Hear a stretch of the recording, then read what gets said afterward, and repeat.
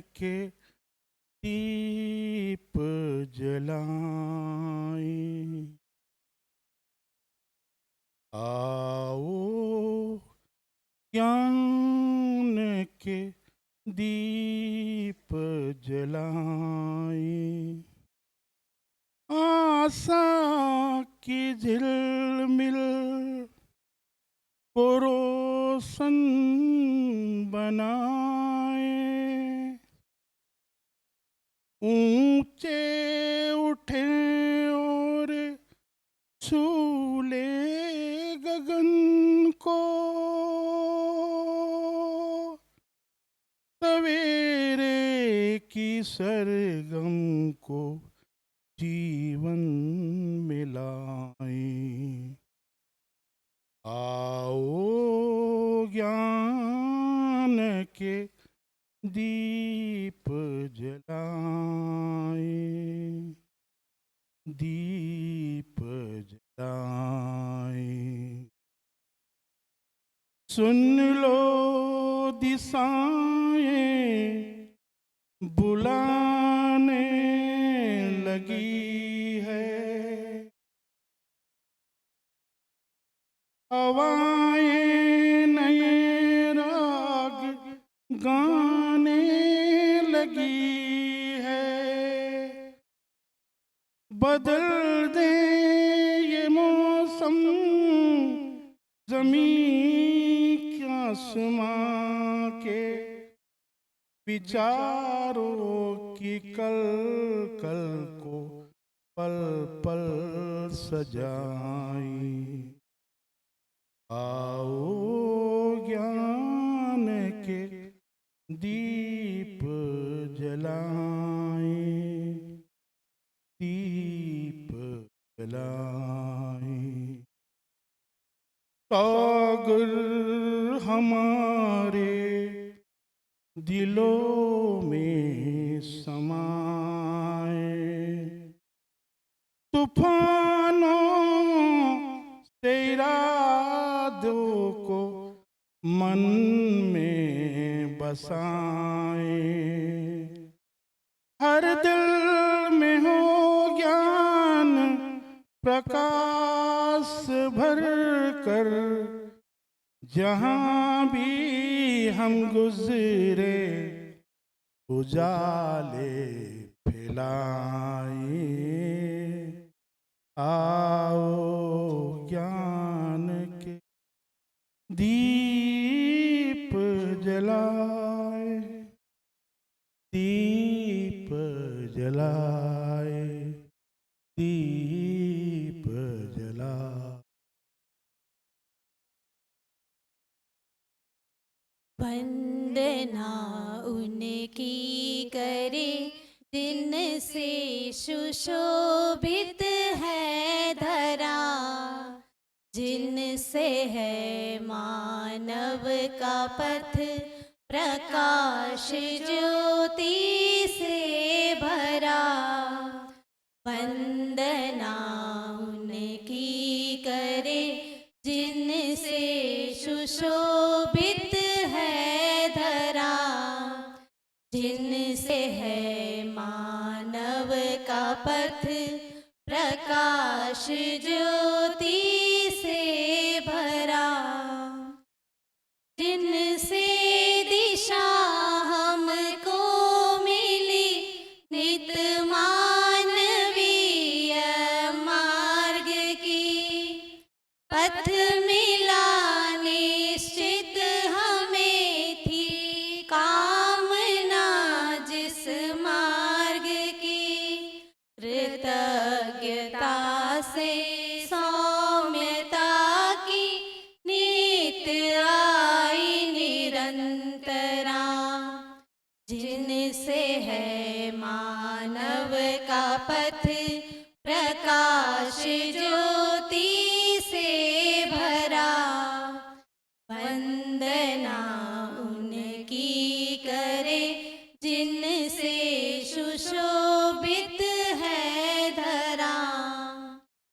जिनका है चिंतन शुभ यही कैसे हो मानव सुखमयी प्रेरणा से जिनकी है मानव का जीवन सुखमयी श्रद्धा समर्पित जिनसे आए मानवीय परंपरा जिनसे है मानव का पथ प्रकाश ज्योति से भरा वंदना उनकी करे जिनसे सुशोभित है धरा सबके सुख की कामना ले रहती जिनकी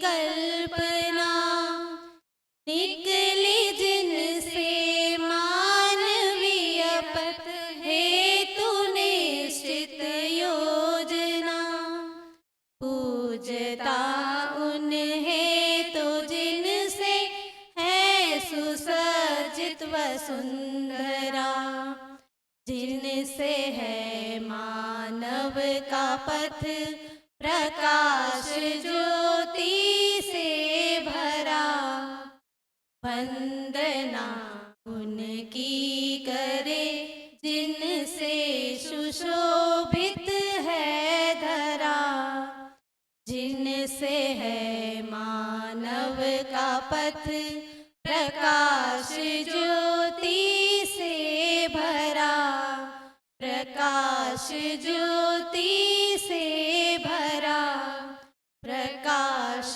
ज्योति से भरा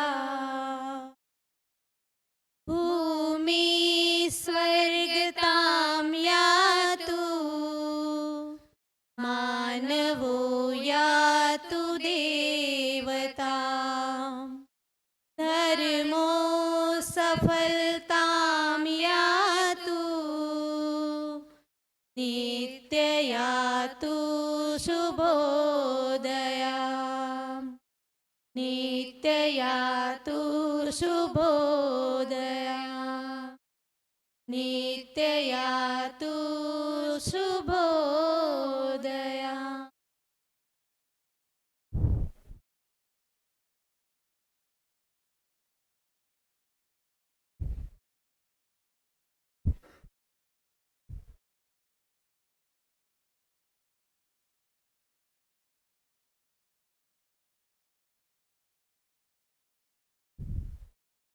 नमस्ते।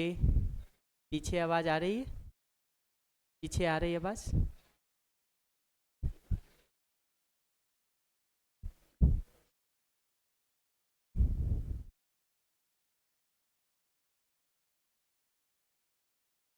आप सभी को हमारा नमस्ते। पहले दिन से जहाँ से हमने चर्चा शुरू की थी वो चर्चा इस जगह से शुरू किया था कि एक मानव की मूल चाहना को देखेंगे तो सुख और समृद्धि की निरंतरता हमारी मूल चाहना के रूप में समझ में आता है। इस दृष्टि से देखेंगे तो एक मानव का लक्ष्य ये समझ में आता है कि खुद सुख और समृद्धि की निरंतरता के साथ जी सके, हैप्पीनेस और प्रोस्पेरिटी की कंटिन्यूटी के साथ खुद जी सके और दूसरों को भी हैप्पी और प्रोस्पेरस होने में अपना योगदान दे सके। ये मानव की मूलभूत भूमिका के रूप में, मूलभूत भागीदारी के रूप में। इसको पूरा करने के तहत हम लोगों ने हैप्पीनेस और प्रोस्पेरिटी को समझने के काम को आगे किया, लेकिन उसके पहले हमने समझने की प्रक्रिया को तय किया कि हम किसी भी बात को समझेंगे तो किस आधार पर समझेंगे। वो आधार हम लोगों ने ये पहचाना कि ये दो आधार है उसका, कि जो भी कहा जा रहा है उसको एक प्रस्ताव के रूप में लेकर के, एक प्रपोजल के रूप में लेकर के हम अपने से ये सवाल पूछेंगे कि ये हमको सहज रूप में स्वीकार होता है कि नहीं, whether this proposal is naturally acceptable to me और नॉट। वो प्रस्ताव हमको सहज रूप में स्वीकार होता है कि नहीं होता है, ये हमारा पहला वेरिफिकेशन का जगह है। अगर वो हमको सहज रूप में स्वीकार होता है तो बात हमारे लिए सही है। अगर हमको वो सहज रूप में स्वीकार ही नहीं होता है तो बात हमारे लिए सही नहीं है। इस टेस्ट से जो पास होता है, जो हमको सहज रूप में स्वीकार होता है, उसका दूसरा जगह है कि फिर हम उसको जी करके देखते हैं। जीने की जगह पर दूसरे मनुष्य के साथ व्यवहार है, तेज प्रकृति के साथ कार्य है। व्यवहार करते हुए अगर हमको भी सुख मिल रहा है और जिसके साथ उस व्यवहार को कर रहे हैं उसको भी सुख मिल रहा है, तो वो प्रस्ताव सही है, वो बात सही है, वो सिद्धांत सही है। कार्य करते समय अगर हमारी भी समृद्धि हो रही है और प्रकृति भी समृद्ध हो रही है, उसमें भी संतुलन बन रहा है, तो वो सिद्धांत सही है, वो बात सही है, नहीं तो सही नहीं है। तो अगर दोनों को सुख होने के बदले दुख हो रहा है तो बात सही नहीं है। दोनों को समृद्धि होने के बदले अभाव हो रहा है, समस्या हो रही है, प्रदूषण जैसी समस्याएं हो रही हैं, तो बात सही नहीं है।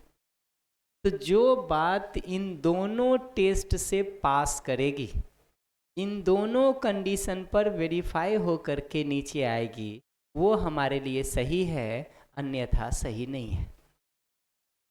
और अब इतने 2-2.5 दिनों की चर्चा में हम लोग इस बात को देख पा रहे हैं कि हम सबकी सहज स्वीकृति वस्तुतः एक जैसी है। भले ये जांचने का काम इंडिविजुअली हम में से एक एक व्यक्ति कर रहा है, लेकिन जो निष्कर्ष निकल रहा है वो निष्कर्ष तो यूनिवर्सल है, सार्वभौमिक है, हर मानव के लिए एक जैसा लागू होता हुआ दिखाई देता है। तो विश्वास, सम्मान, स्नेह, शरीर को स्वस्थ रखना, सुविधा का सदुपयोग, ये सारी बातें हमको भी सहज रूप में स्वीकार होती हैं, आपको भी सहज रूप में स्वीकार होती हैं। अपमान, विरोध, क्रोध, घृणा, शरीर को बीमार करना, सुविधा का दुरुपयोग, ये ना हमको सहज रूप में स्वीकार होता है, ना आपको सहज रूप में स्वीकार होता है। इसीलिए जो चीज़ें हमको सहज रूप में स्वीकार नहीं हैं, उसको जब हम करने जाते हैं तो करने में सफल होएं या असफल गैर महत्वपूर्ण है, हमारे दुखी होने की गारंटी है। तो अपमान को, विरोध को, क्रोध को कितनी भी शिद्दत से करने का काम हम करें, कितना भी अपना मन, तन, धन उसमें हम नियोजित कर दें, कितनी भी सफलता से हम आपको अपमानित कर दें, लेकिन चूंकि ये अपमान हमको सहज रूप में ही स्वीकार नहीं है, इसलिए हम ही अपने अंदर से 2 टुकड़े में बट जाते हैं। एक टुकड़ा है जो हमेशा कहता रहता है कि ये हमको सहज रूप में स्वीकार नहीं है, ठीक नहीं है। एक टुकड़ा है जो अपमान कर रहा है, विरोध कर रहा है। अपने अंदर का ही जो ये अंतर्द्वंद है, ये कॉन्फ्लिक्ट है, ये हमको दुखी करने के लिए पर्याप्त होता है। अच्छा, जब आप अपमान कर रहे होते हैं तब मुझे आपके इस अंतर्द्वंद का, इस कॉन्फ्लिक्ट का सीधा पता नहीं चल पाता, क्योंकि मैं आपके अंदर नहीं देख पाता हूँ। मैं तो इतना ही देख पाता हूँ कि ये दीदी, ये भैया हमारा अपमान कर रहे हैं, हमको ज़ोर ज़ोर से बात कर रहे हैं, हमको नीचा दिखा रहे हैं, हमको नालायक बता रहे हैं, इतना ही दिखाई देता है। लेकिन जब हम अपना अध्ययन करते हैं तो ये दिखाई देता है कि दूसरा जब हमारे साथ कुछ ठीक नहीं कर रहा होता है, हम उसको एक सीमा तक टॉलरेट करते हैं, बर्दाश्त करते हैं। एक सीमा के बाद जब वो लगता है कि अब ज़्यादा हो गया है, तब हम पलट के दूसरे को जवाब देने का, अपमान करने का, विरोध करने का सोचते हैं, वो भी मजबूरन, बाध्यतावश। क्योंकि जैसे ही आपसे पूछा जाए कि क्यों इस तरह से अपमान कर रहे हो हमारा, आपका पहला जवाब होता है, पिछले 6 महीने में ध्यान नहीं है कि तुम क्या कर रहे हो हमारे साथ? अभी 2 मिनट पहले तुम क्या कर रहे थे वो दिखाई नहीं दे रहा था तुमको? ये जो जस्टिफिकेशन दे रहे हैं हम, ये जो आर्ग्यूमेंट दे रहे हैं हम, ये जो तर्क दे रहे हैं हम, वो तर्क ही इस बात को बताता है कि ये हमको स्वीकार नहीं है, हम मजबूरन उसको कर रहे हैं, हम बाध्यता बस उसको कर रहे हैं, हमको और कोई उपाय नहीं दिखता है, इसलिए हम उसको कर रहे हैं। तो इस जगह से देखेंगे ना, तो ये दोनों टेस्ट से वेरीफाई हो करके जो बात हम स्वीकारते हैं, वो बात हमारे लिए भी सही होती है। धीरे धीरे दिखाई देता है कि हर मानव के लिए वो सही है। और स्वयं के ऑब्जर्वेशन से ये बात बहुत अच्छे से दिखती है कि अपनी सहज स्वीकृति के खिलाफ काम करने से हम सफल हों या असफल गैर महत्वपूर्ण है। हमारे परेशान होने की, हमारे दुखी होने की, हमारे इरिटेट होने की, हमारे घायल होने की गारंटी है उसमें। तो इस विधि से बहुत कुछ मिल सकता है, सुख नहीं मिलेगा इतना पक्का है। इस विधि का मतलब अपनी सहज स्वीकृति के खिलाफ काम करके, ठीक है, धोखा देके, अपमान करके, विरोध करके, हो सकता है धन मिल जाए, हो सकता है पद मिल जाए, ठीक है, हो सकता है आप दूसरों को डोमिनेट कर ले जाएं, हो सकता है आप दूसरों को अपने हिसाब से चला ले जाएं, अपमान करके, विरोध करके, मारपीट के, डांट करके, ये सब हो सकता है। सुखी नहीं होंगे इतना पक्का है, इतना पक्का है।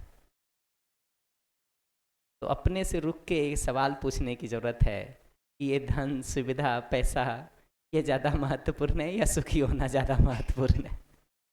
ये जो हम सारा फैला भी रहे हैं संसार, ये सुखी होने के लिए फैला रहे हैं या संसार फैलाना अपने आप में लक्ष्य है हमारा? उत्तर बहुत साफ है।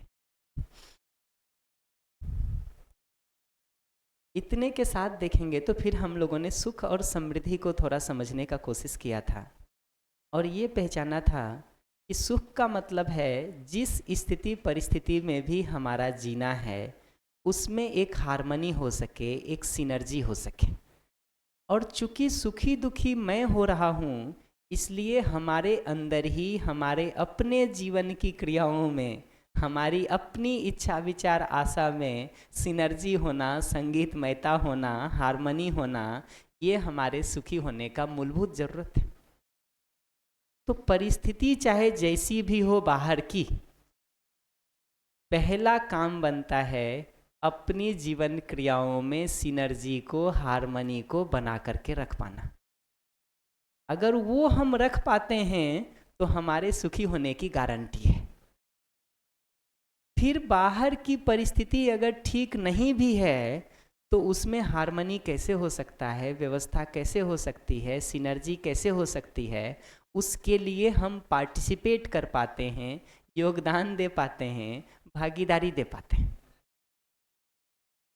अगर अपनी ही हार्मनी टूट जाए, अपना ही सिनर्जी टूट जाए, अपने ही विचारों में उलझन हो जाए, अपनी ही इच्छाएं अंतर्विरोधी हो जाएं, अपने ही अंदर अपमान, विरोध, द्वेष, घृणा जैसे भाव आने लगें, तो बाहर जीने का काम ठीक हो ही नहीं सकता है हमारा।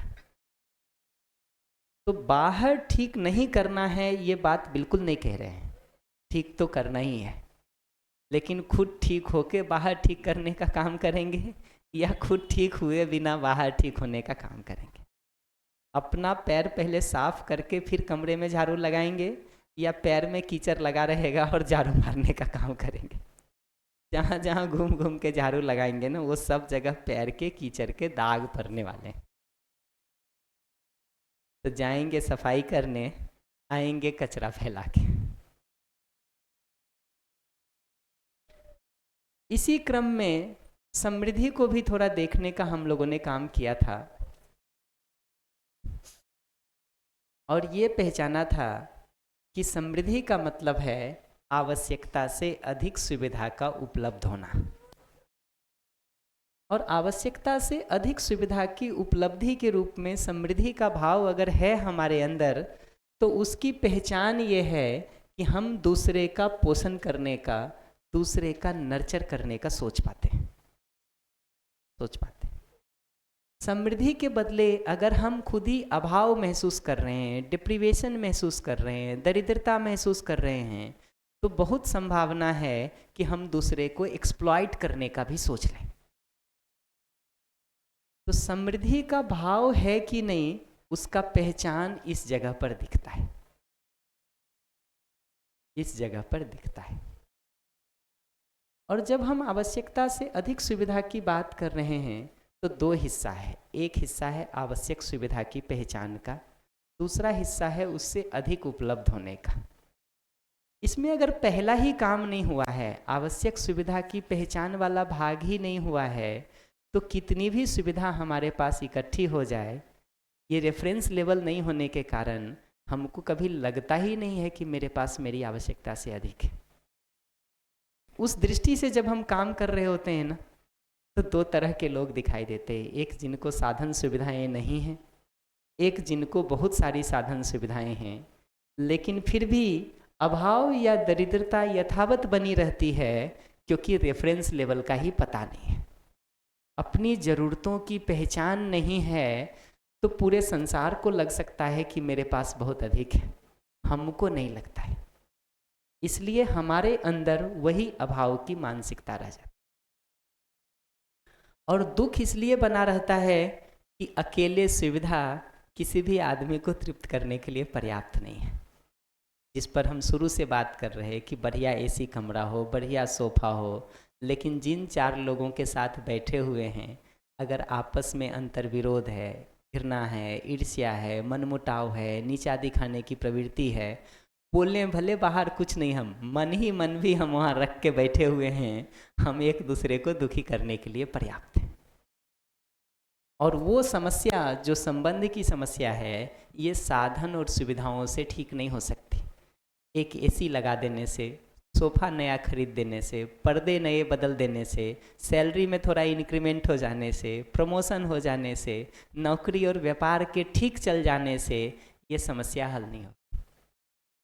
इसका ये मतलब मैं नहीं कह रहा हूँ कि नौकरी ठीक ना चले, व्यापार ठीक ना चले, ज़रूर चले, लेकिन ये समझना ज़रूरी है कि सिर्फ नौकरी और व्यापार से हम साधन विहीन से साधन संपन्न तो बन सकते हैं, दुखी से सुखी नहीं हो सकते, अभावग्रस्तता से समृद्धि नहीं हो सकती। सुख और समृद्धि होने के लिए तो जो जीने का पूरा फैलाव है, मानव के रूप में स्वयं को समझने का, परिवार के रूप में स्वयं को समझने का, समाज के रूप में स्वयं को समझने का, इस पूरे प्रकृति और अस्तित्व में हम कैसे व्यवस्थित होकर के जी सकते हैं, उस डिजाइन को समझना और वैसा जीना, ये सुखी होने का मूल जगह है, मूल जगह है। इतने के साथ हम लोगों ने एक एक करके मानव में व्यवस्था, परिवार में व्यवस्था, समाज में व्यवस्था, प्रकृति में व्यवस्था को समझने पर चर्चा को शुरू किया था। मानव को जब हम समझने गए थे, तो हमने मानव को मैं और शरीर, इन दोनों के सहअस्तित्व के रूप में पहचाना था। किस आधार पर पहचाना था? उनकी आवश्यकता को अलग अलग पहचानने के आधार पर, उनकी क्रियाओं को अलग अलग पहचानने के आधार पर, उनकी आवश्यकता को पूरा करने के तरीके को अलग अलग देखने के आधार पर। इस सुविधा की, शरीर से जुड़ी हुई जो सुविधा की आवश्यकता है, ये सामयिक है, इसकी मात्रा की बात हो सकती है। शरीर की क्रियाएं भी सामयिक हैं। इस सामयिक क्रिया से जो भौतिक रासायनिक वस्तु उत्पन्न होती है, उससे हम शरीर की सामयिक आवश्यकता को पूरा कर सकते हैं। शरीर मैं की जो सुख की आवश्यकता है, विश्वास, सम्मान, स्नेह जैसे भावों की, ये आवश्यकता निरंतर है। ये निरंतर आवश्यकता निरंतर क्रिया से ही पूरी हो सकती है। निरंतर आवश्यकता को सामयिक क्रिया या सामयिक वस्तु से पूरी करने जाएंगे, वो कभी पूरी नहीं होगी, कभी पूरी नहीं होगी। तो सही समझ और सही भाव अपने में स्थिर हो जाता है, तो निरंतर बना रह पाता है। इसलिए सुख का और इन भावों का निरंतरता हो सकता है। इस पर हम लोगों ने बहुत विस्तार से बात किया था कि एक बड़ी चूक आज के दिन ये होती है कि सम्मान जैसी ज़रूरतों को भी हम यहाँ सुविधा से ही, भौतिक रासायनिक वस्तु से ही पूरा करने का कोशिश करते हैं। और ये बात हम लोगों ने किया था कि सुविधा से, सामान से ही अगर हम सम्मान, पहचान को पाने की कोशिश करते हैं, सुविधा को अगर एक स्टेटस सिंबल के रूप में हम पहचानने जाते हैं, तो सुविधा से ही अगर सम्मान पाना है तो मेरे पास आपसे अधिक सुविधा होनी चाहिए। तो हर आदमी तुलना की मानसिकता से ग्रस्त हो जाता है और दूसरे को पीछे छोड़ करके आगे बढ़ने की प्रवृत्ति हो जाती है। खुद आगे बढ़ने में प्रॉब्लम नहीं है, जरूर बढ़ें, ये दूसरे को पीछे छोड़ना जो उसके साथ जुड़ा हुआ है ना, समस्या सारी वहाँ है। क्योंकि फिर आप हमको पीछे छोड़ना चाहते हैं, मैं आपको पीछे छोड़ना चाहता हूँ, हम दोनों एक दूसरे को विरोधी के रूप में देखने लगते हैं, ना कि सहयोगी के रूप में। आगे बढ़ना मुद्दा हो ना, हम दोनों हाथ पकड़ के साथ भी आगे बढ़ सकते हैं। हो सकता है जहाँ हम फिसले वहाँ आप हाथ पकड़े हुए हैं तो संभाल दें, जहाँ आप फिसले तो हम संभाल दें। कठिन से कठिन रास्ते को भी हम दोनों मिलके पार कर सकते हैं, जो हम अकेले नहीं कर सकते थे।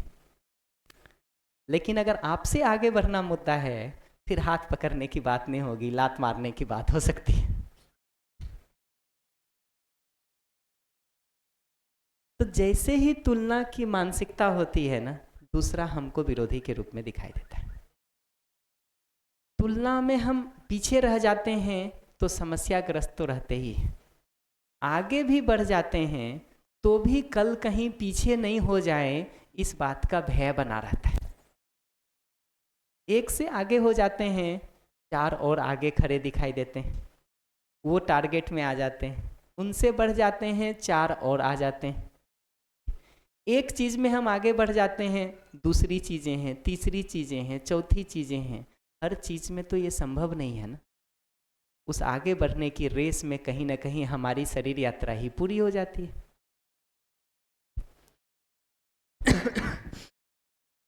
उसी तरह से ये दिखना भी जरूरी है कि तुलना की मानसिकता के साथ अब हम अपनी सुविधा की आवश्यकता को तय ही नहीं कर सकते हैं। अब तो आप सब लोगों को देख के तय होगा कि हमारी सुविधा की आवश्यकता क्या है। खूब मेहनत करें हम दूसरों को दिखाने के लिए, दूसरा उसको रिकॉग्नाइज नहीं करे, एप्रिसिएट नहीं करे, उस पर ध्यान नहीं दे, तो लगता है सारी मेहनत बेकार हो गई। कुछ लोग एप्रिसिएट भी कर दें, ठीक है, लेकिन उस फिर दूसरा कोई हमको अपने से आगे दिखाई देता है, तो तुलना की मानसिकता के साथ उसके लिए सम्मान पैदा होने के बदले ईर्ष्या जलन पैदा होता है। रेस में कितना भी आगे बढ़ जाए हम, अपने से अधिक वाले को देख करके इन्फीरियरिटी कॉम्प्लेक्स होता ही है, अपने से कम वाले को देख करके सुपीरियरिटी कॉम्प्लेक्स होता है। अहंकार हो चाहे हीन भावना हो, दोनों ही जगह पर हम नॉर्मल होके नहीं जी पाते हैं, नेचुरल होके नहीं जी पाते। दोनों ही जगह हमारा जीना एबनॉर्मल होता है, अननेचुरल होता है। हम एक तनाव और दबाव में उलझे होते हैं। आप देखिएगा, हीन भावना में भी जब हम होते हैं तब भी हम दूसरे से बहुत जुड़ नहीं पाते हैं। अहंकार में जब हम होते हैं तब भी हम दूसरे से बहुत जुड़ नहीं पाते हैं। तो दूरी दोनों में बनी रह जाती है। उसके साथ जब हम परिवार में की व्यवस्था के संदर्भ में बात करने गए थे, तो उसके पहले हम लोगों ने मय की क्रियाओं को थोड़ा विस्तार करके देखा था कि ये जो बाहर जो कुछ भी हम करते हैं व्यवहार के रूप में, कार्य के रूप में, आहार विहार के रूप में, ये सब का निर्णय हमारे अंदर होता है। और अंदर जो भी निर्णय हो रहा है उसके मूल में इच्छा है। बीज उसका अंदर जो भी ये सर्कल में कल्पनाशीलता में पूरा फैल रहा है, उसका बीज यहाँ इच्छा में है। तो बीज अगर एक बार सही सेट होगा तो वृक्ष ठीक बन सकता है। बीज ही गलत सेट हो गया, जो वृक्ष निकलेगा वो गलत ही निकलेगा, ये पक्का है। तो हम लोग इस पर बात शुरू किए थे कि ये इच्छा सेट कैसे होती है, और हमने इसको देखने का कोशिश किया था कि इच्छाओं के दो मेजर सेट स्रोत हो गए हैं आज के दिन, एक संवेदना और दूसरी मान्यता। समाज में, परिवार में, प्रचलन में, मीडिया में, एडवर्टीजमेंट में, टीवी में, रेडियो में, इंटरनेट में, मोबाइल में जो सूचनाएं हमारे ऊपर बम्बार्ड होती रहती हैं, अलग अलग तरह से डाली जाती रहती हैं, अगर हम सजग नहीं होते हैं तो उसमें से बहुत सारी बातें हमारे अंदर चिपक ही जाती हैं, चिपक ही जाती हैं। ये वैसा ही है कि काजल की कोठरी में आप जाइए, बहुत सजग नहीं है तो दो चार लाइन कहीं न कहीं आपको भी लग ही जाएगा, लग ही जाएगा। ऐसे ही संवेदना के आधार पर जब हम चीज़ों को तय करने जाते तो हम ये भूल जाते हैं कि संवेदना का मूल प्रयोजन शरीर को स्वस्थ रखने के लिए क्या ठीक है क्या ठीक नहीं है उसको पहचानना है। संवेदना का मूल प्रयोजन जीवन समझदार जिम्मेदार हो सके, व्यवस्थित होकर के जी सके, इसके लिए इंद्रियों का, आँख का, कान का, नाक का प्रयोग करना है। हम उसको सुखी होने का स्रोत जैसे ही बना लेते हैं, चूँकि ये सुख जीवन की ज़रूरत है और निरंतर ज़रूरत है, इसलिए फिर हम संवेदना को निरंतरता में चाहने लगते हैं।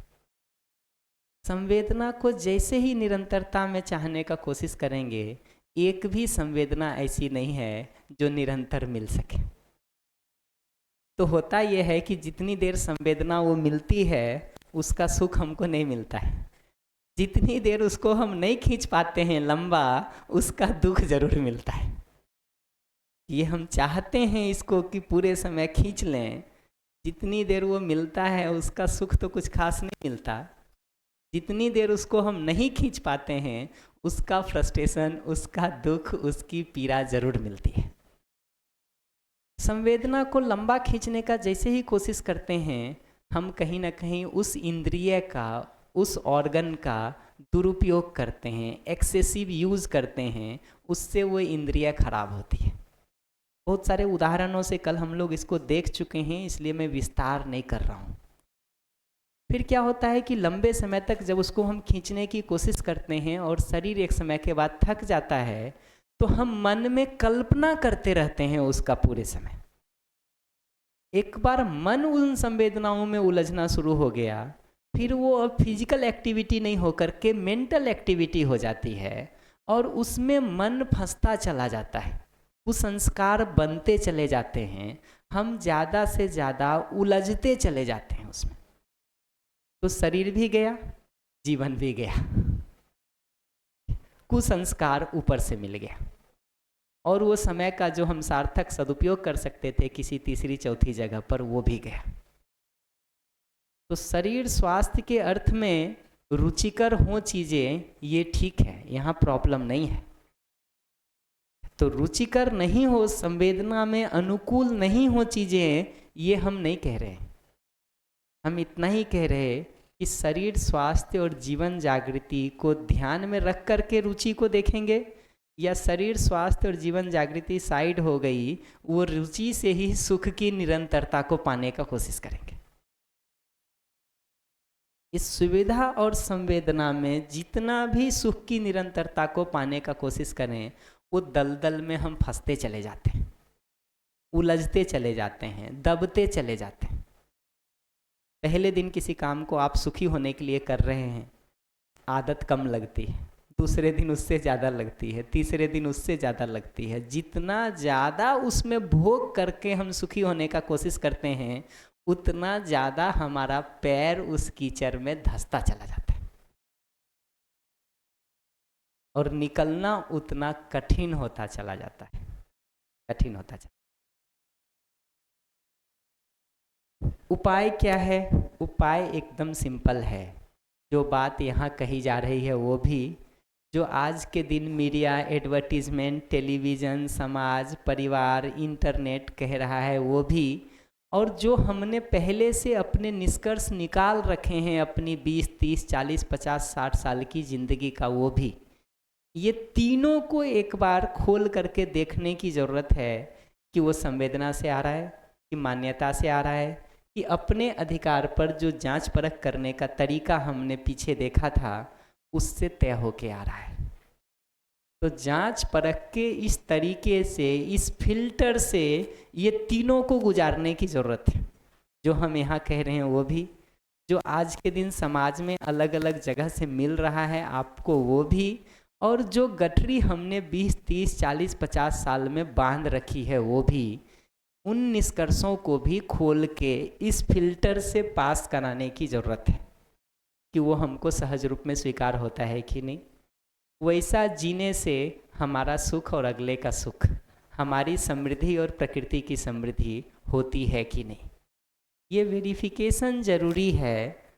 और ये सामान्य सी बात है, घर में कभी फाइल भी, ऑफिस में फाइल इकट्ठी हो जाए बहुत सारे, कपड़े इकट्ठे हो जाएं बहुत सारे, हम उसकी एक सॉर्टिंग करते हैं।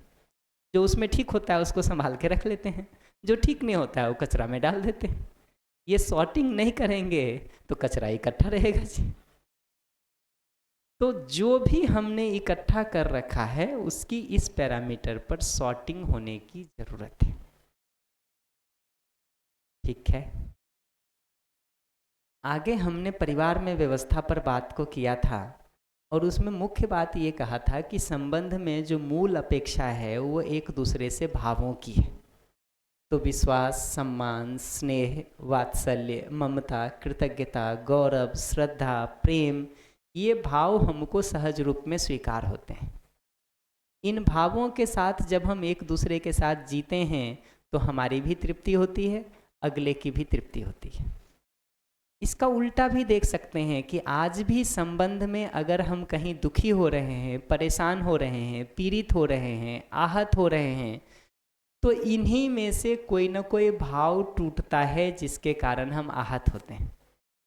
विश्वास की जगह कोई हमको शंका करता है, सम्मान के बदले अपमान करता है, नीचा दिखाता है, स्नेह के बदले विरोध करता है, ईर्ष्या करता है, घृणा करता है।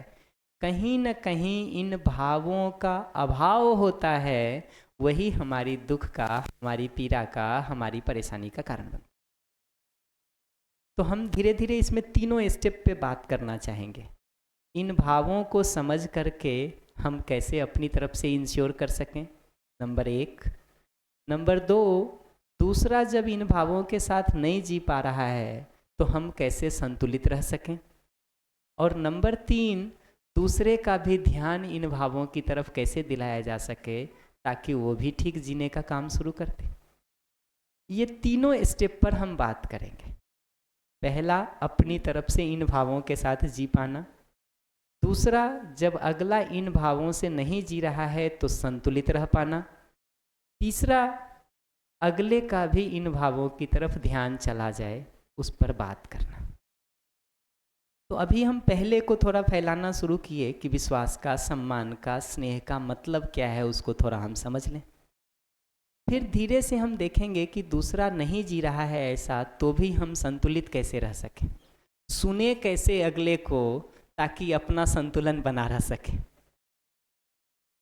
अगले को जब देख रहे हैं तो उसकी बातों को सुने कैसे कि अपना संतुलन बना रह सके। तीसरा, बोले कैसे कि सटीकता से अपनी बात अगले तक पहुंच जाए, बिना घायल हुए और बिना घायल किए। तो उस दृष्टि से अभी इसी सेशन में 5 मिनट में जो है बंदन से रिक्वेस्ट किया है हमने कि कम्युनिकेशन की थोड़ी बातों की शेयरिंग कर दे, और जितना समय है उस दृष्टि से थोड़ा बीज ही डाला जा सकता है उसका। पूरी बात तो नहीं की जा सकती है क्योंकि समय की सीमा है, लेकिन एक सेंस आपको बनना शुरू हो जाए कि अप्रोच कैसे करते हैं, उस पर थोड़ी बात हम जरूर कर देना चाहेंगे अभी। तो सुनना अगर हमारा ठीक हो जाए ना, तो आपसे हम, आपकी गलतियों से हम अप्रभावित रह सकते हैं, संतुलित रह सकते हैं। क्योंकि जो धक्का आप मार रहे हैं अगर उसको हमको फिल्टर लगाने आ गया तो हमारा संतुलन बना रह सकता है। फिर हमारा बोलना ठीक हो जाए तो आपको ध्यान दिलाने का काम भी ठीक हो सकता है ना। ये बात समझ में आती? तो ये 2 पर अभी हम थोड़ा बात करेंगे। लेकिन ये ध्यान रखना ज़रूरी है कि किसी भी कम्युनिकेशन को करने के पहले, ये सुनने और बोलने दोनों की कला को ठीक करने के पहले अपना जीना ठीक होना जरूरी है।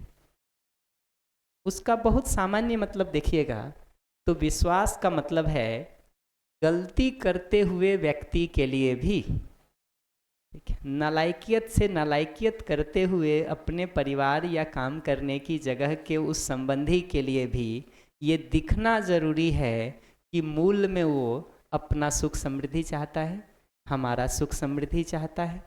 गलतियां नासमझी बस समझ के अभाव में हो जाती है। मूल में अपमान करते हुए व्यक्ति की भी चाहना तो सम्मानपूर्वक जीने की ही है।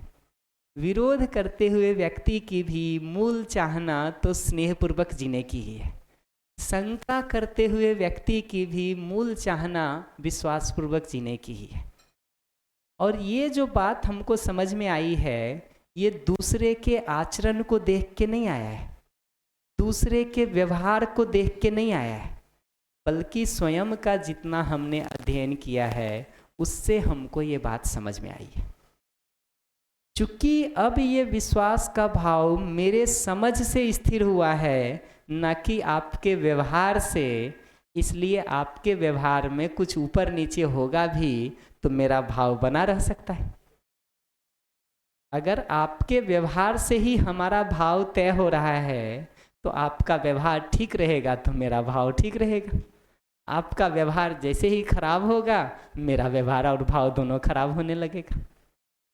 चूंकि मानव का अध्ययन करके मैंने इस बात को समझा है कि मानव मूलतः अपनी सुख समृद्धि चाहता है और दूसरे का सुख समृद्धि चाहता है, इसलिए अब ये मेरा अध्ययन से निकला हुआ, समझ से निकला हुआ निष्कर्ष है, न कि दूसरे को देख के निकला हुआ निष्कर्ष है। इसी तरह से सम्मान की जगह पर यह बात हम लोगों ने की थी कि दूसरा मानव मूलतः मेरे जैसा है। आयु के आधार पर, लिंग के आधार पर, जाति के आधार पर, वंश के आधार पर, धन के आधार पर, पद के आधार पर, उम्र के आधार पर, डिग्री के आधार पर, भाषा के आधार पर, ये जो हम भेद से शुरू करते हैं ना, वो बेसिक बैकग्राउंड ही ठीक नहीं है। हमारी मूल पहचान मानव होने के रूप में है, ना कि ब्राह्मण या शूद्र होने के रूप में। हमारी मूल पहचान मानव होने के रूप में है, ना कि कोई IITian या किसान होने के रूप में। हमारी मूल पहचान मानव होने के रूप में है, न कि एक मिलियनेयर और बिलियनेयर के रूप में या एक भिखारी और गरीब के रूप में। ये मूल पहचान के रूप में दूसरे को भी अपने जैसे मानव के रूप में देख पाना, अपने बराबर की जगह पर देख पाना, ये सम्मान का न्यूनतम जगह है। जब भी कोई हमको अपने से नीचा रख के बात करना शुरू करता है, बात बढ़ती ही नहीं है, बढ़ती ही नहीं है। इस दोनों के साथ स्नेह के संदर्भ में देखेंगे तो मैं एक दो लाइन में अभी उसको ओपन कर देता हूँ। स्नेह का मतलब है विश्वास और सम्मान के तहत जब दूसरा मानव मुझे अपने जैसा दिखाई देता है, उसकी मूल चाहना के ऊपर हमारी आश्वस्ति बनी रहती है, तो अगला हमको अपने संबंधी के रूप में अपने से जुड़ा हुआ दिखाई देता है। दूसरे को अपने संबंधी के रूप में अपने से जुड़ा हुआ देख पाने का भाव स्नेह है। मेरा आपके प्रति स्नेह है कि नहीं, उसकी पहचान यह है कि हमारा जो जिम्मेदारी बनता है उस संबंध में, उसको कमिटमेंट के साथ, निष्ठा के साथ हम निर्वाह करते हैं कि नहीं। उसका बहुत सामान्य मतलब देखेंगे कि क्या है ना, उसको और आगे एक्सपेंड करेंगे, पर ये दो बहुत सिंपल मतलब है उसका। दूसरे के सुख दुख को अपने सुख दुख के समान हम देखते हैं कि नहीं, कि जैसे हम अपने को जिंदगी में सुख मिले दुख ना मिले उसके लिए हम जितना कंसर्न रहते हैं, उतना ही कंसर्न हम आपके लिए भी हैं कि आपको सुख मिले और दुख ना मिले, तो आपके प्रति स्नेह है। अपने सुख दुख का खूब ध्यान रखें, आपका कोई ध्यान नहीं रखें, भाषा में 20 बार बोलें कि हम तुमसे बहुत स्नेह करते हैं, भरोसा होगा आपको। ऐसे ही अपनी उपलब्धियों में हम जितना प्रसन्न होते हैं, उतना अगर आपकी उपलब्धि में भी प्रसन्न हो रहे हैं तो आपके प्रति स्नेह। अपनी उपलब्धि में तो प्रसन्नता होती है, आपकी उपलब्धि से अगर हमारा खून जलने लगे तो वो स्नेह नहीं है, ईर्ष्या है। वो स्नेह नहीं है, विरोध है, ईर्ष्या है। इतने के साथ मैं रोक लेता हूँ कि सारा कम्युनिकेशन जो हम शुरू करेंगे वो ये 3 फंडामेंटल आधार पर। दूसरा मानव मूलतः शुभ चाहता है, गलती नासमझी बस होती है। ये अगला मानव भी मेरे जैसा मानव है, लक्ष्य, कार्यक्रम और क्षमता की जगह पर हम एक जैसे हैं। मानव होना हमारी फंडामेंटल पहचान है, योग्यता की जगह पर हम पूरक हैं। और तीसरा, आप वस्तुतः मेरे संबंधी हैं और आपके साथ अपना जुड़ाव, अपना आत्मीयता हम महसूस करते हैं, जिसका मतलब जितना हम अपने सुख दुख के लिए सोचते हैं उतना आपके सुख दुख के लिए भी सोचते हैं। जितना अपनी उपलब्धि से हमको प्रसन्नता होती है, उतनी ही आपकी उपलब्धि से भी प्रसन्नता होती है। ये 3 बातें अपनी तरफ से इंश्योर करके फिर हम कम्युनिकेशन को ओपन करने का काम करेंगे।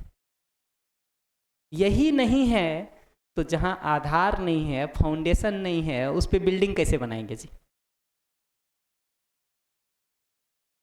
तो इस आधार के साथ वो दोनों काम हो सकता है। सुनने को कैसे ठीक से कर सकें, बोलने को कैसे ठीक से कर सकें। तो एक बार चर्चा को शुरू करते हैं। अगले सेशन में और उस पर जो प्रश्न होगा उसको एक्सपेंड करने का काम हम कर लेंगे। तो भैया पात्रता, योग्यता, क्षमता को थोड़ा एक बार किसी समय कर हाँ। देंगे, किसी समय कर देंगे। अभी के लिए तो हम इतना ही कहेंगे कि विश्वास की जगह पर दूसरे के मूल चाहना के ऊपर भरोसा बना रहे कि वो वस्तुतः हमारा शुभ चाहता है, और जब वो गलती कर रहा है उस समय भी बना रह सके। गलती नासमझी बस होती है, ये आश्वस्ति बनी रहे। वो भी मूलतः मेरे जैसा बराबर का मानव है, इसलिए उसको किसी आधार पे नीचा दिखाने की ज़रूरत नहीं है, ज़रूरत नहीं है। और अगला हमको अपने संबंधी के रूप में दिखाई दे, उसके साथ वो आत्मीयता हमको महसूस हो, और जितना हम अपने सुख दुख के लिए कंसर्न्ड हैं उतना हम उसके सुख दुख के लिए भी कंसर्न्ड रहें, तो फिर हमारा स्नेह का भाव है, नहीं तो नहीं है।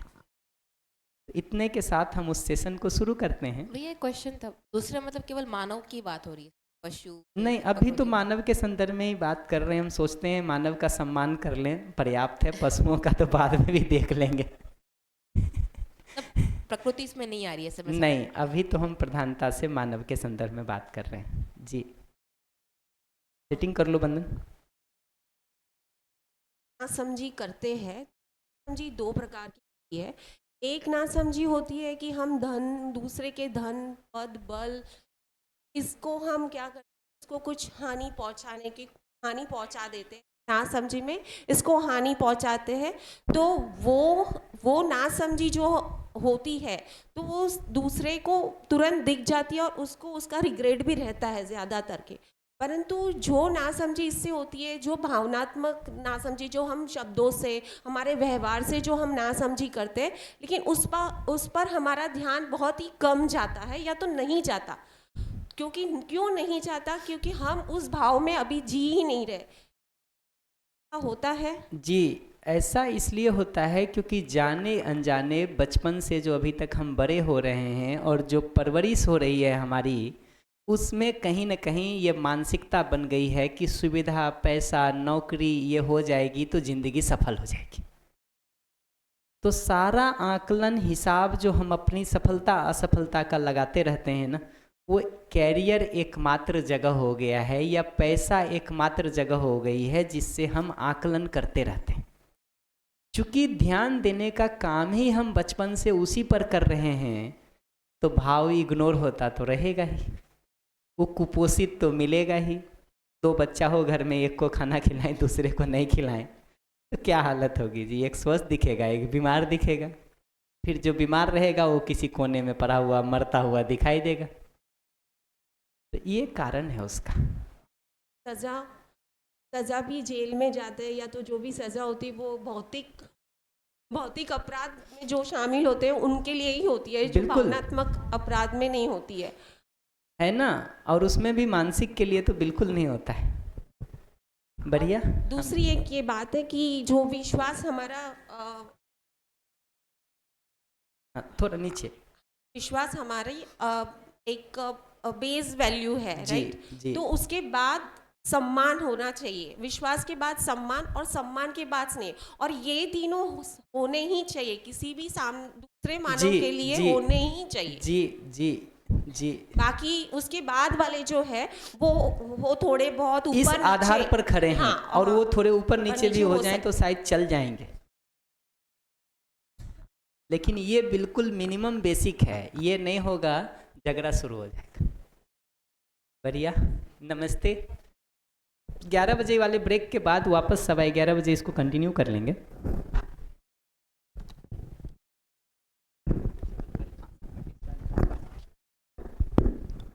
आवाज़ ठीक है मेरी?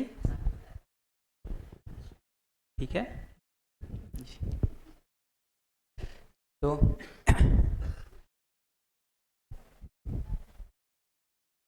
कम्युनिकेशन पर थोड़ी बात हम लोग कर लेना चाहते हैं और देखेंगे कि ये बात ज़रूरी क्यों है या क्यों ये उपयोगी है।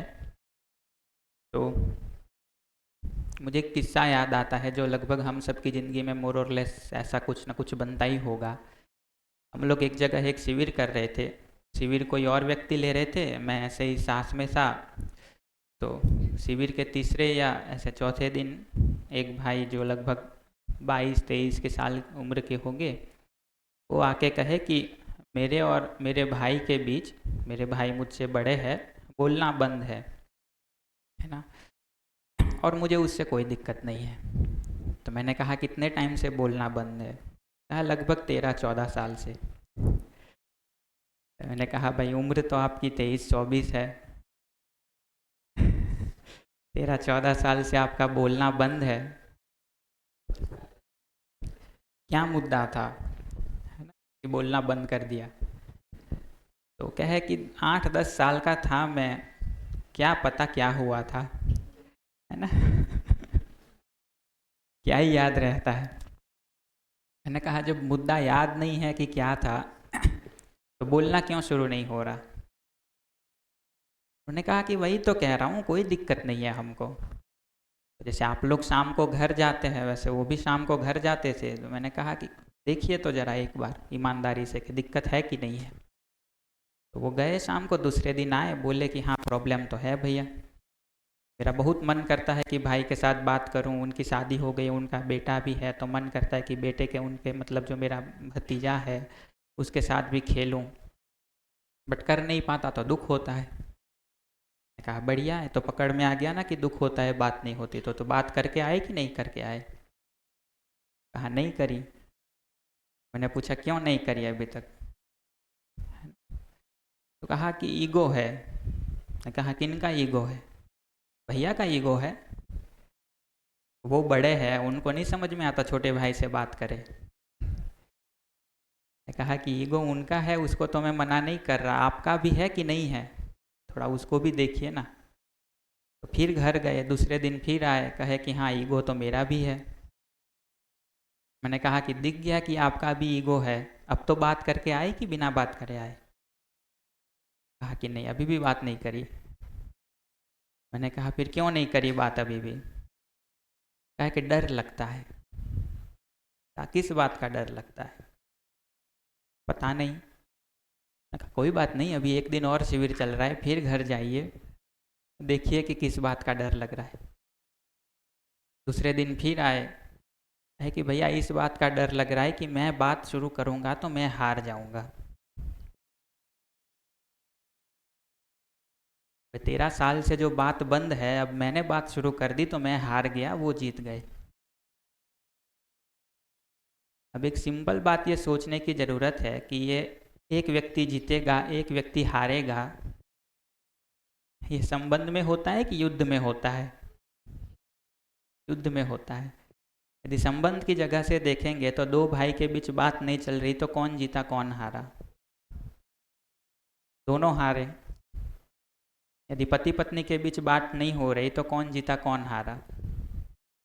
दोनों हार गए। यदि बाप बेटे के बीच बात ठीक से नहीं हो रही तो कौन जीता कौन हारा? दोनों हार गए। हमको ये नहीं समझ में आता कि हम युद्ध के नियम संबंध में अप्लाई करने जाते हैं, है ना। हमको लगता है कि हम बात करेंगे तो हम हार जाएंगे। हम ये नहीं देख पाते कि ऑलरेडी हारे हुए हैं दोनों, बात शुरू करेंगे तो दोनों जीत जाएंगे। लेकिन कभी कभी जब देखेंगे कि ये विश्वास, सम्मान, स्नेह के भाव के साथ जब बात करने का प्रयास भी करते हैं तो हमको समझ में नहीं आता कि क्या बात करें। ये डर लगता है कि भाई जब हम बात करने भी जाएंगे सामने वाला कोई ऐसा रिएक्शन दे देगा, कुछ ऐसा कह देगा कि फिर भाव बिगड़ जाएगा। लगता है कि नहीं ऐसा? तो ये कैसे हम बात भी ठीक से कर पाए, भाव ठीक रखने का प्रयास, भाव ठीक रखने का अभ्यास तो करें ही, उसके साथ बात भी कैसे ठीक हो कि जिससे हम भी घायल ना हो, दूसरा भी घायल ना हो, ये कैसे हो पाए, उस पर कुछ बात हम करना चाहते हैं। उपयोगी रहेगा। तो उसमें ये एक टेक्निक है, कई सारी टेक्निक हो सकती हैं। एक है जो मार्शल रोजनबर्ग नाम के एक व्यक्ति ने दी है, जिसको नॉन वायलेंट कम्युनिकेशन कहते हैं। तो उस पर हम थोड़ी बात कर लेना चाहते हैं।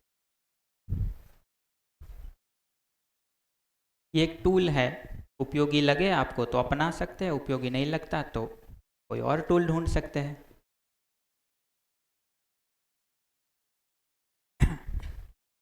एक सिंपल सी बात बताइए अपने में ही ऑब्जर्व करके कि जब भी हम कुछ बोलते हैं, बोलने के पीछे हमारी कोई ज़रूरत, कोई नीड होती है कि नहीं होती है? होती है ना। ऐसा हुआ कि बिना ज़रूरत के कुछ भी बोल रहे हैं? यदि लग भी रहा है कि बिना ज़रूरत के भी बोल रहे हैं, तब भी ये ज़रूरत तो है कि कुछ शेयर करें, है ना, कुछ कनेक्ट हो सामने वाले से, ये ज़रूरत तो है ही। आप देखिए बस में जा रहे हैं, हम एक बैठे हैं, पास में कोई बैठा है, हमको उनके साथ कोई ज़रूरत महसूस नहीं होती तो हम कोई बात नहीं करते। ये दिखता है ना कि हम कुछ भी बोलते हैं तो कोई ज़रूरत होती है हमारी, कोई नीड होती है, कोई फीलिंग होती है जिसको हम बताना चाहते हैं। क्या हर बार ये होता है कि हमारी फीलिंग, हमारी नीड हम बहुत अच्छे से ही रख पाए? होता है क्या? नहीं होता ना, कई बार गड़बड़ा जाते हैं। ये बताइए कि ज़्यादातर कब गड़बड़ा जाते हैं? जब हम बहुत आराम में हैं तब गड़बड़ करते हैं, या थोड़े परेशान हैं तब गड़बड़ करते हैं? जब परेशान है तब गड़बड़ करते हैं। ये चीज़ अपने लिए क्लियर दिखती है ना। कुछ भी बोल रहे हैं, आशय है कि हमारी कोई नीड है, हमारी कोई फीलिंग है जिसको हम कहना चाह रहे हैं। हम आराम में हैं तो मज़े से स्मूथली कह ले जाते हैं, बहुत परेशान है तो कहने में दिक्कत होती है और बहुत कुछ बोल लेते हैं जो नहीं बोलना था। होता है ना ऐसा कि नहीं? जैसे हमको सेशन में यहाँ टाइम से आना है, 8 बजे मान लीजिए आप घर से निकल रहे और आप किसी के किसी काम का वेट कर रहे कि भाई आप ये कर ले तो हम निकले।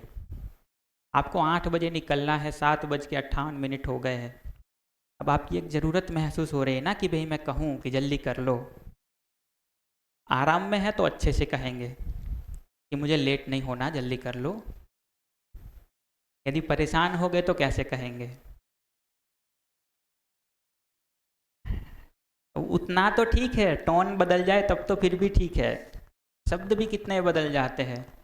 यही है तुम्हारा रोज का, तो है ना। इतनी सी बात नहीं समझ में आती कि टाइम से इतना कर ले, जल्दी उठ जाते तो क्या बिगड़ जाता। अब ये जो बोल रहे थे, क्या वाकई में हम ये सब बोलना चाह रहे थे या इतना बोलना चाह रहे थे कि टाइम से कर लो काम? उतना ही कहना चाहते थे ना। यही बात मैं कह रहा हूँ कि उल्टा कर लीजिए। सामने वाला जब भी बोलता है ना, ये देखिए कि उसमें कुछ बात ऐसी है कि जो वो वाकई में कहना चाह रहा है, जो उसकी फीलिंग है, जो उसकी नीड है, बट वो परेशान है तो बहुत सारा कचरा उसके अंदर मिक्स करके दे रहा है। ये ठीक कह रहा हूँ कि गलत कह रहा हूँ? ठीक है, गलत लगे तो बता सकते हैं, है ना। सामने वाला व्यक्ति जब परेशान है तो कुछ ऐसा भी बोल जा रहा है जो वाकई में नहीं बोलना चाह रहा है, बट परेशानी के कारण अंदर वो फ्लेवर ऐड हो जा रहा है है ना। सुनना एक कला है। यदि मैं ये सुन पाऊँ वो कुछ भी बोले, मैं ये सुन पाऊँ कि वो चाहता क्या है कि नहीं। इसका एक बहुत सुंदर एग्जाम्पल है कि आप मुझे कहीं से वेफर ला के दें, आप प्यार से दे, गुस्सा करके दे, कैसे भी दे, खाऊंगा तो मैं वेफर ही ना, पैकेट थोड़ी खा जाऊंगा। वेफर खा के पैकेट फेंक ही दूंगा। ये जितना सहज हो गया है हमारे लिए, उतना ही सहज ये हो जाए कि जो वो आसपास बहुत सारा चढ़ा के दे रहा है ना, वो निकाल के फेंक दे, जितना लेना है उतना ही ले। नहीं, क्या लगता है ऐसे सुन पाएंगे तो गुस्सा आएगा? तो मुद्दा ये है कि कुछ भी बोलने के पीछे ना हमारी कोई नीड है, हमारी कोई फीलिंग है। सामने वाला व्यक्ति भी कुछ बोल रहा है तो उसकी भी कोई नीड है, कोई फीलिंग है, लेकिन परेशानी के कारण अंदर बहुत सारा कचरा आ जा रहा है। हम एक छन्नी लगा लेना, गुजराती में कहे तो गैणी, गाड़ी गाड़ी न लइए, छान के सुने कि भैया जो आपकी नीड है, जो आपकी फीलिंग है, हम उतना सुनेंगे, बाकी का कचरा हम लेके क्या करें। आप हमको आइसक्रीम दे रहे हैं, हम तो आइसक्रीम ही लेंगे, कप फेंक ही देंगे, कप नहीं खाएंगे।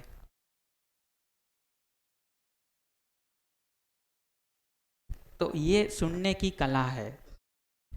सामने से कुछ भी कहा जा रहा है, हमको नीड ही सुनाई दे रही है।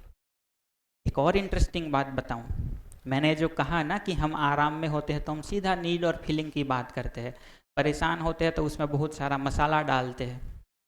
ऐसा भी होता है क्या आप सबके साथ कि जितना ज़्यादा परेशान है उतना ज़्यादा मसाला डालते हैं? जितना ज़्यादा परेशान है उतना ज़्यादा आवाज़ ऊंची हो जाती है, जितना ज़्यादा परेशान है उतना ज़्यादा कचरा ऐड कर रहे हैं, है ना? तो यही चीज़ उल्टी करके भी हम देख पाए कि जैसे हमसे नमक यदि कम पड़ गया या नमक ज़्यादा हो गया, सामने वाला कह रहा है कि नमक थोड़ा ठीक नहीं लग रहा, मतलब वो आराम में है, अपनी ज़रूरत ठीक ठीक बता दे रहे हैं।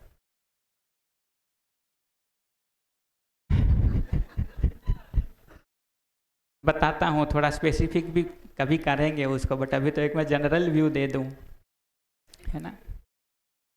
ये जो नमक ज़्यादा हो गया ना, यदि वो सिंपली कह दे रहा है कि नमक थोड़ा देखने की ज़रूरत है, मतलब ठीक स्थिति में है। यदि कह रहे हैं कि यार 2 टाइम खाना भी ठीक से नहीं खिला सकते, क्या करूं, मतलब वो परेशान है। कहना कितना चाह रहे हैं, नमक ठीक नहीं है, हमको उतना ही सुनाई दे, और सुनाई दे कि थोड़ा हमको रिक्वेस्ट कर रहे हैं। मतलब जितना ज़्यादा परेशान है उतना ज़्यादा हम रिक्वेस्ट करते हैं ना। यदि एक निवाला खा के थाली फेंक दी, इससे हमको क्या सुनाई पड़े, वो जो थाली की खड़खड़ आवाज़ आए ना, वो थाली की खड़खड़ आवाज़ में हमको प्लीज़ सुनाई पड़े कि बहुत ज़्यादा परेशान है, बहुत रिक्वेस्ट कर रहे हैं कि नमक का थोड़ा तो ध्यान रख लो प्लीज़।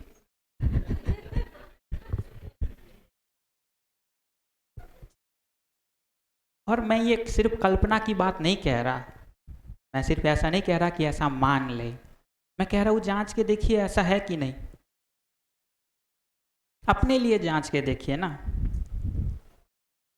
बेसिकली तो हम कोई रिक्वेस्ट कर रहे हैं, बेसिकली तो हम कह रहे हैं कि यार इतना कर दो, बेसिकली तो हम ये कह रहे हैं कि मुझे 1 गिलास पानी तो दे दो, स्कूल से थक के आए हैं। बेसिकली हम इतना कह रहे हैं कि स्कूल में इतने मुद्दे को देख के आए, घर में हमको थोड़ा टाइम शांति से तो रहने दो प्लीज़। लेकिन जितना परेशान है उतना और चिल्लाते हैं, जितना परेशान है उतना और आक्षेप लगाते हैं। तो ये दूसरे व्यक्ति को भी हम उसी तरह सुन पाए, इसको कहते हैं छान करके सुनना, सामने वाले की सिर्फ फीलिंग को सुनना, नीड को सुनना, बाकी कचरे को नहीं सुनना। मतलब एक इंटरेस्टिंग किस्सा बताता हूँ। एक बार शिविर में एक बहन जी थे, तो वो दूसरी बार शिविर करने आए। तो उन्होंने कहा कि मैं पहली बार जब शिविर करी, 8 दिन की शिविर थी और रेसिडेंशियल थी, वहीं रहना था। और उनका जो घर था, आपके जितनी सहूलियत नहीं थी कि रोज़ आए रोज़ घर चले जाए, तो जहाँ उनका घर था वहाँ से बहुत दूर था शिविर का जगह। तो उनको 1 दिन का ट्रैवलिंग लगा, 8 दिन वहाँ रहे, फिर 1 दिन का ट्रैवलिंग करके वापस घर आए। घर में देरानी जेठानी 2 लोग थे, वो ये बड़ी थी, जेठानी थी।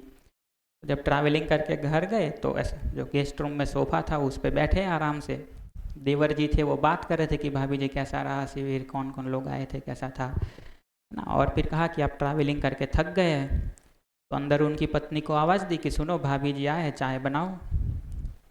अंदर से आवाज़ आई, जेठानी है, कोई महारानी थोड़ी है।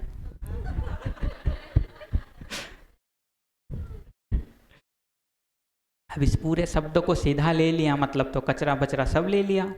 तो वो एक टाइम तो ले भी लिया ना, थोड़ा गुस्सा आ भी गया, बट अभी अभी शिविर करके आए थे। तो याद आ गया कि नहीं नहीं ऐसे नहीं सुनना है, ऐसे नहीं सुनना है। फिर सोचा कि ये कहना क्या चाह रही है, इसकी फीलिंग क्या है, इसकी नीड क्या है। तो सोचा कि यार हम दोनों लोग जब घर में काम करते हैं, घर में 10-12 लोग हैं, बड़ा घर है, जब दोनों लोग मिलके काम करते हैं तो भी रात होते होते थक जाते हैं। 10 दिन तक इसने अकेली ने घर संभाला, है ना। तो 10 दिन तक सारा इतने लोगों को संभालना, इतने काम को देखना, अकेले देखना कांस्टेंट 10 दिन तक। और अब जब मैं आई हूँ तब भी कह रहे हैं कि चाय बनाओ, तो बेचारी ये कह रही है कि अब तो थोड़ा सहयोग कर दो प्लीज़, अब तो थोड़ा समझ लो कि मैंने कितना काम किया। ये बात ध्यान में आते ही तुरंत जो गुस्सा था सब शांत हो गया और दया आ गई कि बेचारी ने कितना काम किया, अब तो थोड़ी हेल्प करनी बनती। तो देवर जी से कहा कि नहीं नहीं, वो 10 दिन से तो काम कर रही है, अब तो थोड़ी थकी होगी, मैं खुद बना लेती हूँ ना चाय, आप दोनों को पीनी हो तो आप दोनों के लिए भी बना दूंगी। ऐसे चाय पी ली उन्होंने खुद बना के, रात को सो गए। दूसरे दिन सुबह देवरानी ने आके कहा कि भाभी जी मैं आपको ऐसा कहना नहीं चाहती थी, बट मैं थक गई थी ना बहुत, तो मेरे मुंह से निकल गया, सॉरी। कहा कोई बात नहीं बहन, होता है ऐसा, तुम्हारी जगह मैं होती तो मैं अभी शायद फ्रस्ट्रेट हो जाती। दोनों का संबंध बहुत अच्छा बहनों जैसा बन गया। कितने भर से सुनना ठीक से हो जाए बस, अभी बोलने पे तो बात ही नहीं करी। तो कह रहा हूँ सुनना ठीक से हो जाए, और जो हम बार बार कह रहे हैं कि ये बात हमारे ध्यान में बनी रहे, ये दूसरा व्यक्ति मुझे दुखी करना नहीं चाहता है, वो अपना सुख चाहता है। अपने सुख में कहीं बाधा आती है, अपने सुख में कहीं परेशानी आती है, तो वो मेरे सामने अपनी परेशानी व्यक्त कर रहा है। परेशानी व्यक्त करने का उसका तरीका कुछ भी हो सकता है, और मेरे सामने व्यक्त नहीं करेगा तो कहाँ जाके व्यक्त करे। मेरे सामने व्यक्त भी तो इसलिए कर रहा है ना, चूंकि भरोसा कर रहा है कि आप मेरे संबंधी है। हम सुनेंगे नहीं ठीक से, कचरा अपने में ले लेंगे, बहुत मुश्किल है बात ठीक से कर पाए। ये ठीक लग रहा है ना? एक और बात बहुत महत्वपूर्ण लगती है मुझे इतनी बातों के साथ सुनने में, जो मैं भी देखता हूँ कई बार गलती हमसे हो जाती है। ये जो व्यक्ति परेशान है ना, मतलब मैं फिर वही कहूँगा, हम पे ला के देखिए। हम जब परेशान है, किसी के सामने अपनी परेशानी बताते हैं, हम क्या चाहते हैं? वो हमको सलाह दे कि हमारा साथ दे? क्या चाहते हैं? सलाह चाहते हैं कि साथ चाहते हैं? मतलब इसको ऐसे बता सकते हैं कि कोई व्यक्ति यदि चलते चलते गड्ढे में गिर गया है, चोट लग गई है, कपड़े गंदे हो गए, खून निकल रहा है, वो क्या चाहता है? बाहर खड़े खड़े हम भाषण दे, हाथ बढ़ाए कि आ जाओ भाई? हम करते क्या है दूसरों के साथ? सबसे पहले देखेंगे तो शुरू तो वहीं से करता है, जब कोई गड्ढे में गिरा दिखे ना, मना किया था मैंने।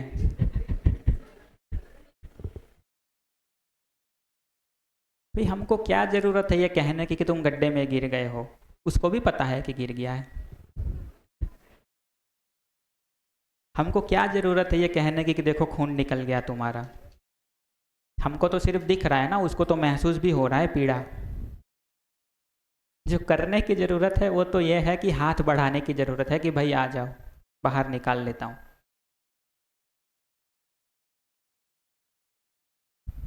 जो दीदी कह रही ना कि पति पत्नी संबंध में ये बहुत होता है, जब शादी से पहले मैं इन चीज़ों पे सोच रहा था कि अच्छा पति कैसे बने, तो मुझे एक बहुत अच्छी बात बताई। मैं मोस्टली लोगों से पूछता था, तो एक महिला थी, उन्होंने मुझे एक बहुत अच्छी बात बताई कि कोई भी पत्नी ना प्रबोधक नहीं चाहती, पति चाहती है।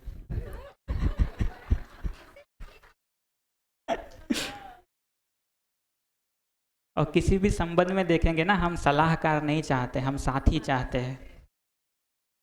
ये हमको अपने बारे में दिखता है। दूसरों के साथ जब जीना शुरू करते हैं तो हम क्या बनते हैं? साथी बनते हैं कि सलाहकार बनते हैं? सलाहकार बनते हैं। भाई जो व्यक्ति दुखी है ना, उसको भी पता है कि मैं दुखी हूँ। जिससे गलती हुई है उसको भी पता है कि मुझसे गलती हुई है। अब हमको और भाषण देने की ज़रूरत नहीं है कि तुमने गलती की है, तुम दुखी हो, तुम गड्ढे में गिरे हो। हमको तो कंपैशन दिखाने की ज़रूरत है, हमदर्दी दिखाने की ज़रूरत है, सहानुभूति दिखाने की ज़रूरत है, और साथ निभाने की ज़रूरत है कि भाई आओ बाहर। ये ठीक लग रही है बात कि नहीं?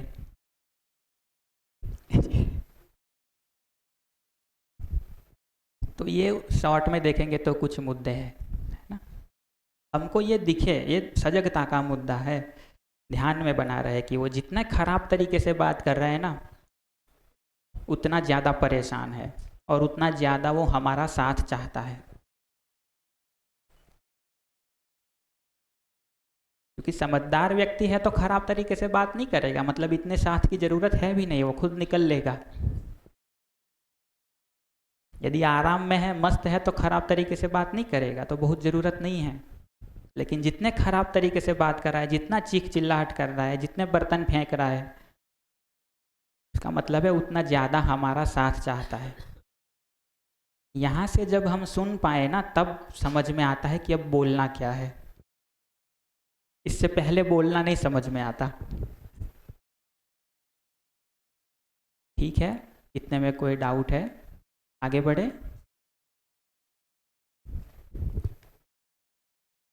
तो इसी को हम कहते हैं आहत हुए बिना सुन पाना, छान के सुन पाना, गैणी लगैन सांभळू, जो भी आपको ठीक लगे। थोड़ी बात अब बोलने को लेकर कर लेते हैं ना, कि बोले कैसे। एक शब्द है ऑब्जर्वेशन, देखना। मैं कुछ भी देखता हूँ उसी के बारे में बात करता हूँ। जो जैसा भी बाहर हो रहा है उसको मैं वैसा देख रहा हूँ और उस पर कुछ बात कर रहा हूँ। कि जैसे मैं किसी कमरे में गया, कमरे में मैंने देखा कि चीज़ें इधर उधर पड़ी हुई, ये मेरा क्या है? ऑब्जर्वेशन है। गड़बड़ हमसे ये हो जाती है कि जब हम बोलते हैं तो इस ऑब्जर्वेशन को बोलने के बदले हम उस पर कुछ लेबल चिपका के बोलते हैं। जैसे हम ये नहीं बोलते कि कमरे में चीज़ें उधर उधर पड़ी है, हम क्या बोलते हैं? तुमने कमरा खराब कर रखा है, फैला के रखा है। यदि और परेशान है तो कहेंगे तुम गैर जिम्मेदार हो। एक सिंपल चीज़ बताइए, अच्छा कम्युनिकेशन किस में हो रहा है? कमरा फैला हुआ है इसमें, या तुम गैर जिम्मेदार हो इसमें? मतलब आप क्या सुनेंगे तो आपको थोड़ा सामने वाले से कनेक्शन फील होगा, आप डिस्कनेक्ट नहीं हो जाएंगे, ब्लेम में नहीं चले जाएंगे। कमरा फैला हुआ है, ये ऑब्जर्वेशन है, उसमें सामने वाला क्या ही अपने को डिस्कनेक्ट करेगा। लेकिन मैं कहूँ कि आप गैर जिम्मेदार है, अब बात होगी कि बहस होगी? बहस होगी। हम बेटे से कहे कि तुम बहुत नालायक हो रहे हो, उसमें उसको समझ में भी क्या आएगा कि किस बात के लिए नालायक कह रहे। हम ये कहे ना कि मैंने कहा था कि बेटा दूध ले आना, ले आए, अब उसको पता पड़ेगा ना कि क्या बात हो रही है।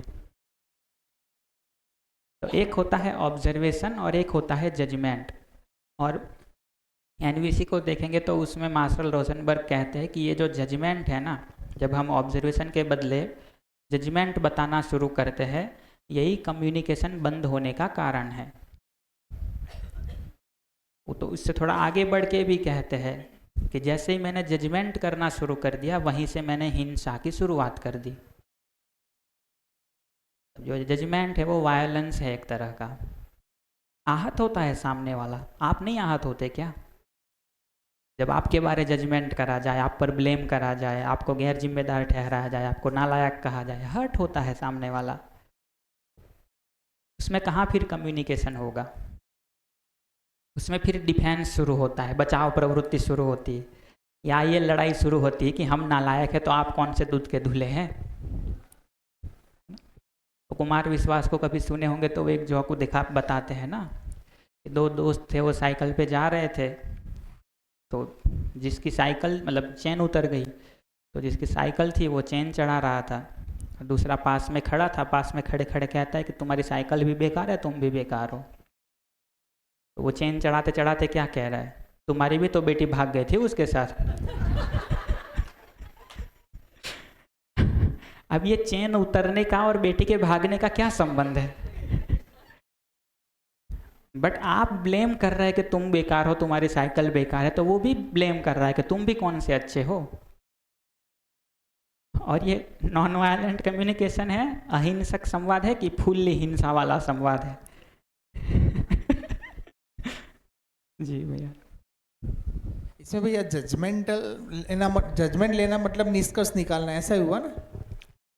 निष्कर्ष से ज़्यादा अच्छा है कि मैं अपनी ओर से कोई लेबल लगा दे रहा हूँ तो जजमेंट और निष्कर्ष उसको Okay, देखते हैं ना फिर- कुछ उदाहरण से। फिर जजमेंटल जो बनते हैं, जैसे जजमेंट पॉजिटिव भी हो सकता है ना, तो उस टाइम पे हिंसा कैसे आती है? बताता हूँ। हाँ, ठीक। आगे दोनों का फर्क ही देखते हैं कि जजमेंट में और ऑब्जर्वेशन में फ़र्क क्या है। ठीक, तो जैसे कुछ उदाहरण मैंने लिखे हैं पहले से कि तुम अब पहले जैसे नहीं रहे। ये ऑब्जर्वेशन है कि जजमेंट है? जजमेंट है कि तुम पहले जैसे नहीं रहे। दीदी PDF दे देंगे आपको ये भी। इसमें भैया ऐसा भी बोल सकते हैं ना, तुम पहले से अभी अच्छे हो। बताता हूँ, अभी थोड़ा नेगेटिव बता लेता हूँ फिर पॉजिटिव बताता हूँ।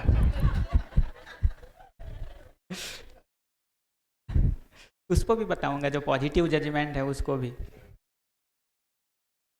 तो ये जब हम कहते हैं कि तुम अब पहले जैसे नहीं रहे, जबकि देखेंगे तो ऑब्जर्वेशन उसमें क्या है, हम कहना क्या चाह रहे हैं कि मैंने देखा कि 4 दिन पहले मैंने तुम्हें मैसेज किया था, मुझे उसका रिप्लाई नहीं मिला। बात तो इतनी है कि भाई 4 दिन पहले मैंने आपको एक मैसेज किया था, मुझे उसका अभी तक रिप्लाई नहीं मिला है। ये मेरा ऑब्जर्वेशन है, ये हुआ है, और उसमें हम सामने वाले को ब्लेम नहीं कर रहे। जबकि इसमें हम कह रहे कि तुम पहले जैसे नहीं रहे, अब ये ब्लेम हो गया, उसमें हर्ट होता है वो, और बात ही नहीं होती है ना। ऐसे देखेंगे कि तुम हमेशा बीमार ही रहते हो, मान लू आप, ये जजमेंट है। जबकि ऑब्जर्वेशन क्या है कि मैंने देखा कि पिछले महीने तुम शायद 3 बार हॉस्पिटल गए थे। अब उस पर बात होगी कि भाई क्यों गए थे, क्या कारण था, क्या हो गया है, वो हर्ट नहीं होगा। वैसे ही देखेंगे कि यह लड़की बहुत दिखावा करती है, ये जजमेंट है। ऑब्जर्वेशन क्या है, यह लड़की घूमने गई और मैंने उसके स्टेटस पे बहुत सारी फोटोज़ देखी। तो ये फर्क महसूस हो रहा है दोनों वाक्यों में सुन के ही, कि आप बात कब करना चाहेंगे। जब ये पहले पहले वाक्य कहे जाए आपके साथ, तब बात करना चाहेंगे कि दूसरे वाले के जब ऑब्जर्वेशन कहा जाता है तो हम बात करना चाहते हैं उस पर, हम डिस्कनेक्ट नहीं होते, ब्लेम नहीं होता है। बट जाने अनजाने हमारी आदत ही ये हो गई कि हम सामने वाले को कटघरे में खड़ा करके ही बात शुरू करते हैं। तुम अपराधी हो, तुम गैर जिम्मेदार हो, और अब हम सिद्ध करेंगे कि तुम कैसे अपराधी हो ना? उसी तरह देखेंगे ना एक दूसरे तरीके से, ऑब्जर्वेशन भी बताया जाए, लेकिन हम ऑब्जर्वेशन में भी उसको पूछ रहे हैं कि ऐसा है कि नहीं है। तो जैसे बेटा अब तुम नालायक होते जा रहे हो, थोड़े सुधर जाओ। ये क्या है, जजमेंट है ना। हम कहते हैं कि कल तुमने 2 कामों की जिम्मेदारी ली थी, क्या वो काम पूरे हो गए? इसमें हम कोई ब्लेम नहीं कर रहे हो उस पर, हम तो पूछ रहे हैं कि बेटा कल तुमने 2 कामों की जिम्मेदारी ली थी, क्या वो पूरे हो गए? अब वो बताएगा, उस पर बात होगी। उसी तरह के कहे कि तुम मेरी बात सुनते ही नहीं, उसके बदले हम कहे कि क्या मैं अपनी बात तुम तक पहुंचा पाया। मतलब जैसे हम कुछ कह रहे हैं और आप मोबाइल में बिजी है, अब मैं कहूँ कि मैं बोले जा रहा हूँ, आप तो सुनते नहीं हैं, मेरे से ज़्यादा मोबाइल महत्वपूर्ण हो गया है आपके लिए, ये सारा जजमेंट है। लेकिन मैं बोलूँ और मुझे लगा कि आपका ध्यान मोबाइल में था, मैं पूछ लूँ क्या मैं अपनी बात पहुँचा पाया। मैं ये भी नहीं पूछने को कह रहा कि तुम सुने कि नहीं सुने। मैं नहीं कह रहा कि आप ये पूछे कि तुमने सुना, तो कहेगा बहरा थोड़ी हो। हम तो ये कह रहे हैं कि मैं अपनी बात कह पाया क्या। इसमें हम सामने वाले को मौका ही कहाँ दे रहे हैं झगड़ा करने का। हम बिल्कुल हर्ट ही नहीं कर रहे, बिल्कुल कटघरे में ही नहीं खड़ा कर रहे। उसी तरह बेटी को कहना है कि तुम गैर जिम्मेदार होती जा रही हो, बेटी थोड़ी जिम्मेदार बनो। उसके बदले हम उससे पूछ ले, कुछ बात कर ले ऑब्जर्वेशन पे कि बेटी घर के ज़्यादातर काम तुम्हारी माँ करती है। इसको भी आप श्योर नहीं कहे, शायद लगा लीजिए, शायद घर के ज़्यादातर काम तुम्हारी माँ करती है, या कह दीजिए कि मुझे लगता है कि शायद तुम्हारी माँ ज़्यादातर काम करती है। क्या कुछ कामों की जिम्मेदारी हम ले सकते हैं कि जिससे माँ को थोड़ा सहयोग हो जाए? कौन बेटी होगी जो इस पे बात नहीं करेगी? शुरू यहाँ से करते हैं कि तुम गैर जिम्मेदार हो, जिम्मेदार बनो। अब कौन ऐसा नहीं होगा जो बहस नहीं करेगा। और जो भैया कह रहे थे अच्छे वाले ऑब्जर्वेशन, सॉरी जजमेंट, मेरे पापा बहुत अच्छे हैं, है तो जजमेंट ना, भले अच्छा लगता है, लेकिन इसमें पापा को क्या समझ में आएगा कि मेरी किस बात की तारीफ हो रही है। कम्युनिकेट नहीं हुआ ना। जैसे आप मुझे कह लो कि वंदन सेशन में मज़ा आ गया, मुझे क्या पता पड़ेगा कि क्या मज़ा आया, इस बात को मुझे बनाए रखना है नेक्स्ट टाइम, है ना। तो उसके ऑप्शन दिए हैं कि आप ये कह सकते हैं कि मेरे पापा संडे को मम्मी की मदद करते हैं, मेरे पापा को मैंने कभी चिल्लाते हुए नहीं देखा, मेरे पापा अपने जूनियर्स को काम प्यार भरे तरीके से समझाते हैं। ये सारे ऑब्जर्वेशन है। इसको बताते हैं तो सामने वाले को ठीक ठीक एप्रिसिएशन मिलता है। जब एनवीसी को ठीक से स्टडी करते ना तो समझ में आता है कि हमको एप्रिशिएट करना भी नहीं आता है। इसीलिए भैया ऐसा होता है कि कल जो हमने बताया था कि अच्छी बातें लिखो और गलतियाँ लिखो, तो मोस्ट ऑफ केसेस में हो रहा है कि गलतियाँ ढूंढने जाते, अच्छाई ढूंढने जाते तो कुछ मिलता नहीं है, उसको डिटेलिंग ऑब्जर्वेशन नहीं आ रहा है, सिर्फ निष्कर्ष आ रहेगा ये बंदा अच्छा है, ये बंदा गलत है। हमारा अभ्यास ही ये हो गया है, ऑब्जर्वेशन ही नहीं कर रहे, जजमेंट जजमेंट जजमेंट जजमेंट। थोड़ी आदत डाल लेना ऑब्जर्वेशन करने की और ऑब्जर्वेशन के बेस पे बात करने की, बहुत सारे संबंध के मुद्दे सॉल्व हो जाएंगे, बहुत सारे। एक तो सुनना ठीक कर ले, एक बात को शुरू करे तो ऑब्जर्वेशन के आधार पे शुरू करे, जजमेंट से क्यों शुरू करे। और दूसरा तरीका जो मैं थोड़ा उसको एंजॉय करता हूँ हर बार, मतलब उदाहरण है ना, कि जीवन विद्या बहुत ही अच्छा कार्यक्रम है।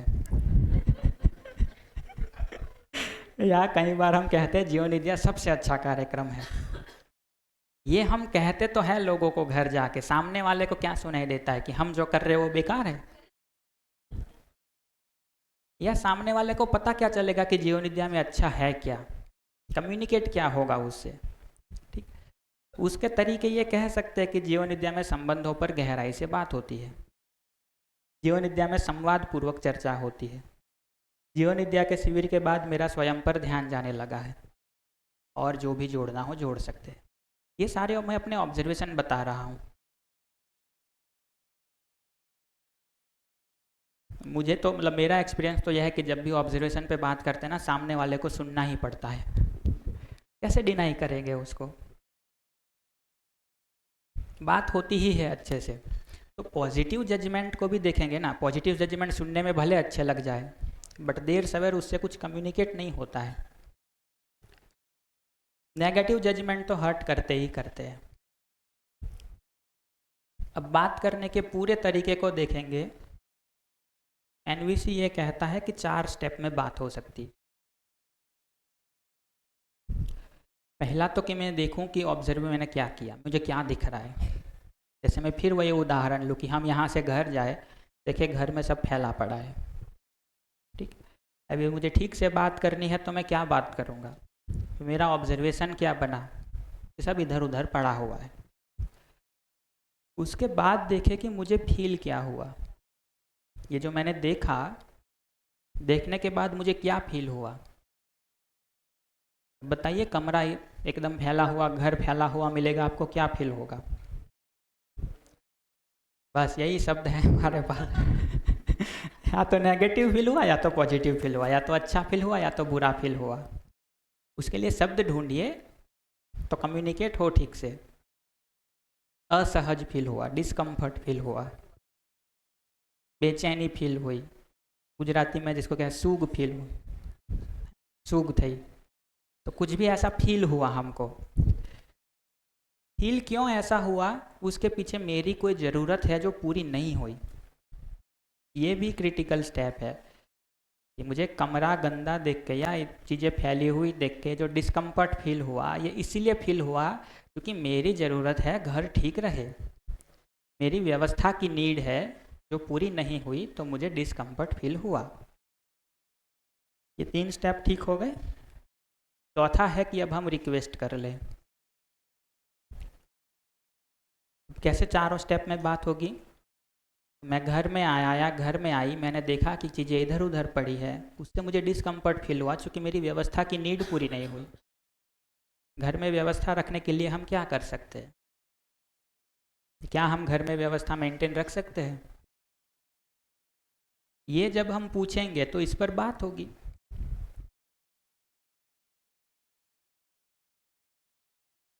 हम जाते ही उनको ढूंढना शुरू करते हैं जिन्होंने घर फैलाया, और फिर मारना शुरू कर दे या डांटना शुरू कर दे, तो क्या ही बात होगी? इन स्टेप्स को, जैसे ऑब्जर्वेशन को देखा, थोड़ा फैला के देखते हैं कि फीलिंग क्या है। ये भी एक इंटरेस्टिंग बात है कि हमको ज़्यादातर समय पता ही नहीं होता कि हम क्या फील कर रहे हैं। जैसे अभी मैं आपसे पूछ लूँ क्या फील कर रहे हैं, अच्छा या बुराई आता है ना? तो धीरे धीरे उसकी वोकेबुलरी बनाने की ज़रूरत है हमको, है ना? ये पहचानने की ज़रूरत है कि मेरी फीलिंग क्या है। तो ये इंग्लिश में है, उसी का ये हिंदी लिस्ट है कि हमारी फीलिंग्स क्या क्या होती है। जैसे कोई जिसको आप अच्छा कह रहे हैं ना, उसके लिए इतने सारे शब्द हो सकते हैं, आइडेंटिफाई कर सकते हैं, इससे भी ज़्यादा हो सकता है। एक छोटा सा सैंपल है कि जैसे मैं चकित, मतलब अमेज्ड फील कर रहा हूँ, आराम में हूँ, आराम जिस कंफर्ट फील कर रहा हूँ, आत्मविश्वास महसूस कर रहा हूँ, आतुर हूँ, ऊर्जित हूँ, मतलब एनर्जाइज फील कर रहा हूँ, प्रसन्न हूँ, खुश हूँ, आशावान हूँ, प्रेरित हूँ, तल्लीन हूँ, आनंदित, प्रफुल्लित, और कई सारे शब्द ढूंढ सकते हैं और उसको आइडेंटिफाई कर सकते हैं कि अभी मुझे क्या फील हुआ। इसी को यदि आप इंग्लिश में देखेंगे तो ये उसके सारे इंग्लिश वर्ड है, amazed, comfortable, confident, eager, energetic, fulfil, great, mood, thankful. अरे नेगेटिव फीलिंग्स को देखेंगे तो angry, annoyed, concern, confuse, disappointed, है ना, क्रोध, परेशानी, चिंतित, उलझन, निराश, असहाय, शर्मिंदा, नाउम्मीद, अकेलापन, असहज, ये सारे उसके नेगेटिव फीलिंग्स वाले शब्द हैं। तो कम्युनिकेशन में देखेंगे ना, तो हम अपनी ज़रूरत के, मतलब अपनी फीलिंग को ना ठीक से बता पाए, ये ज़रूरी है। और हम सिंपली ये कह पाए कि मुझे ऐसा महसूस होता है। जो मैंने शुरू में कहा ना कि हम सलाहकार बन के बैठे हैं, हम कहते क्या है कि तुमको ऐसे बात करनी चाहिए। हम ये नहीं कहते कि ऐसे जब बात होती है तो मुझे असहज महसूस होता है, ऐसे जब बात होती है तो मुझे अकेलापन महसूस होता है, आप जब बात नहीं करते हो तो मुझे थोड़ा बेचैनी सा, अकेलापन सा महसूस होता है। हम अपनी फीलिंग को रख के बात करना शुरू करें। हम आपको क्यों कहे कि आपको क्या करना चाहिए, क्या नहीं करना चाहिए। बेटे से कहे कि बेटे को ठीक से बात करनी चाहिए, वो भी कहेगा पापा को कैसे बात करनी चाहिए। बट हम ये कहे कि बेटा जब ऐसे बात होती है तो मुझे अपमान फील होता है। लेकिन जो मैंने देखा है ना, कई बार हमको ये अपनी फीलिंग बताने में ऐसा लगता है कि ये कैसे कर सकते हैं, मतलब हम छोटे नहीं बन जाएंगे। जैसे क्लास में बच्चे बात नहीं सुन रहे, हमको लगता है हम अपनी फीलिंग कैसे बताएं। यहाँ पे प्रोफेशनली देखेंगे तो हमको तो डांट डपट के कैसे भी करके उनको ठीक करना बनता है। बता दे कि जब मैं कुछ बोलना चाहता हूँ, बोलनी चाहती हूँ, आप जब ऐसे करते तो मुझे असहयोग महसूस होता है, मुझे बात करने में दिक्कत महसूस होती है। हम जब अपनी वल्नरेबिलिटी, अपनी फीलिंग पर बात करते हैं ना, तो सामने वाला बहुत ही भाव के साथ सुनता है।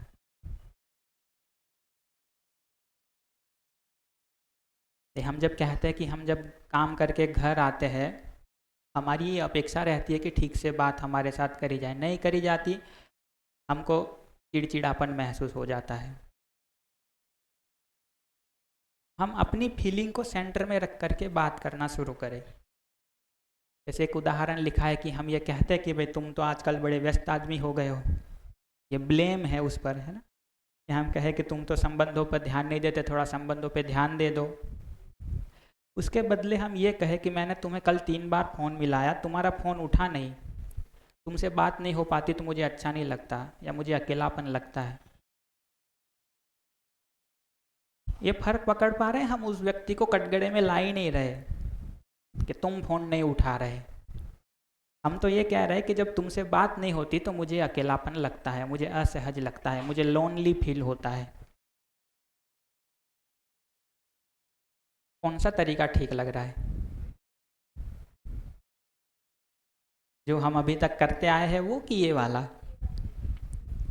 ये वाला ना।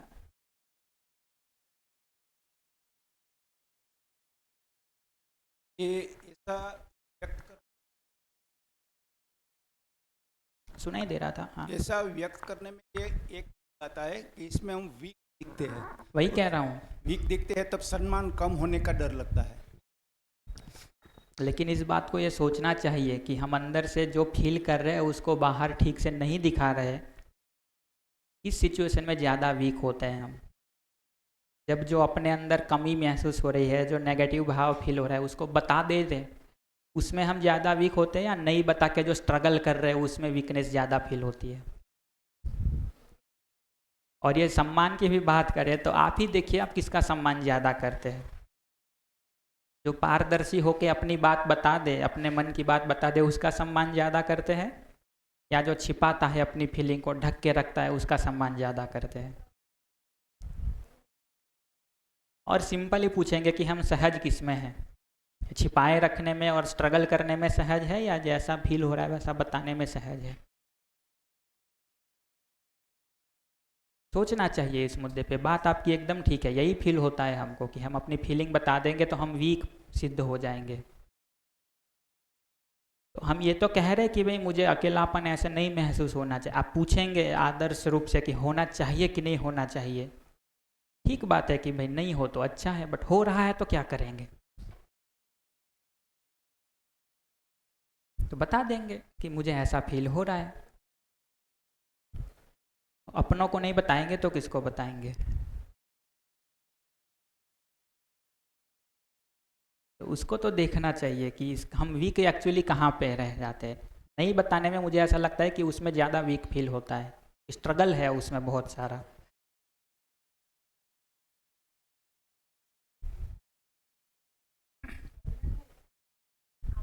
माइक ले लीजिए ना।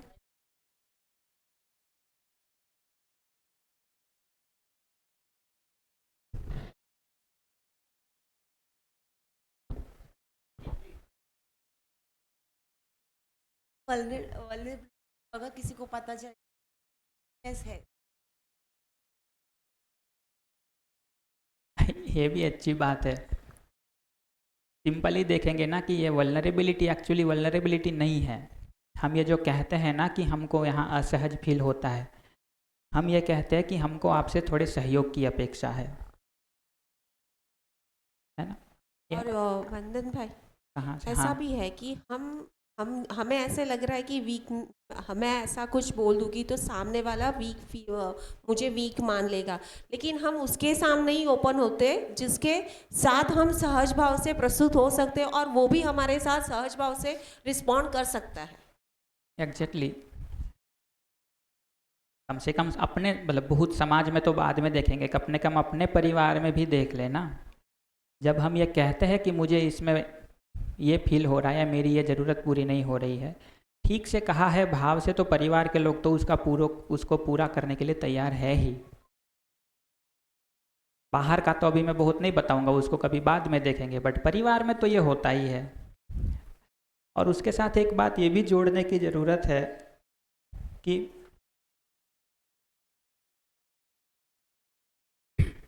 नीड भी जो है ना हमारी, मैं फिर वही कहूँगा कि हमको ज़्यादातर बार ये नहीं पता कि हमारी नीड क्या है। जैसे मैं एक सिंपल सवाल आपसे पूछूं, आपके साथ ऐसा होता है कि नहीं होता कि आपने कभी बहुत कुछ बोल लिया, बहुत कुछ बोलने के बाद भी आपको लगता है कि अभी भी कुछ बोलना है, कुछ रह गया, पूरा नहीं हुआ?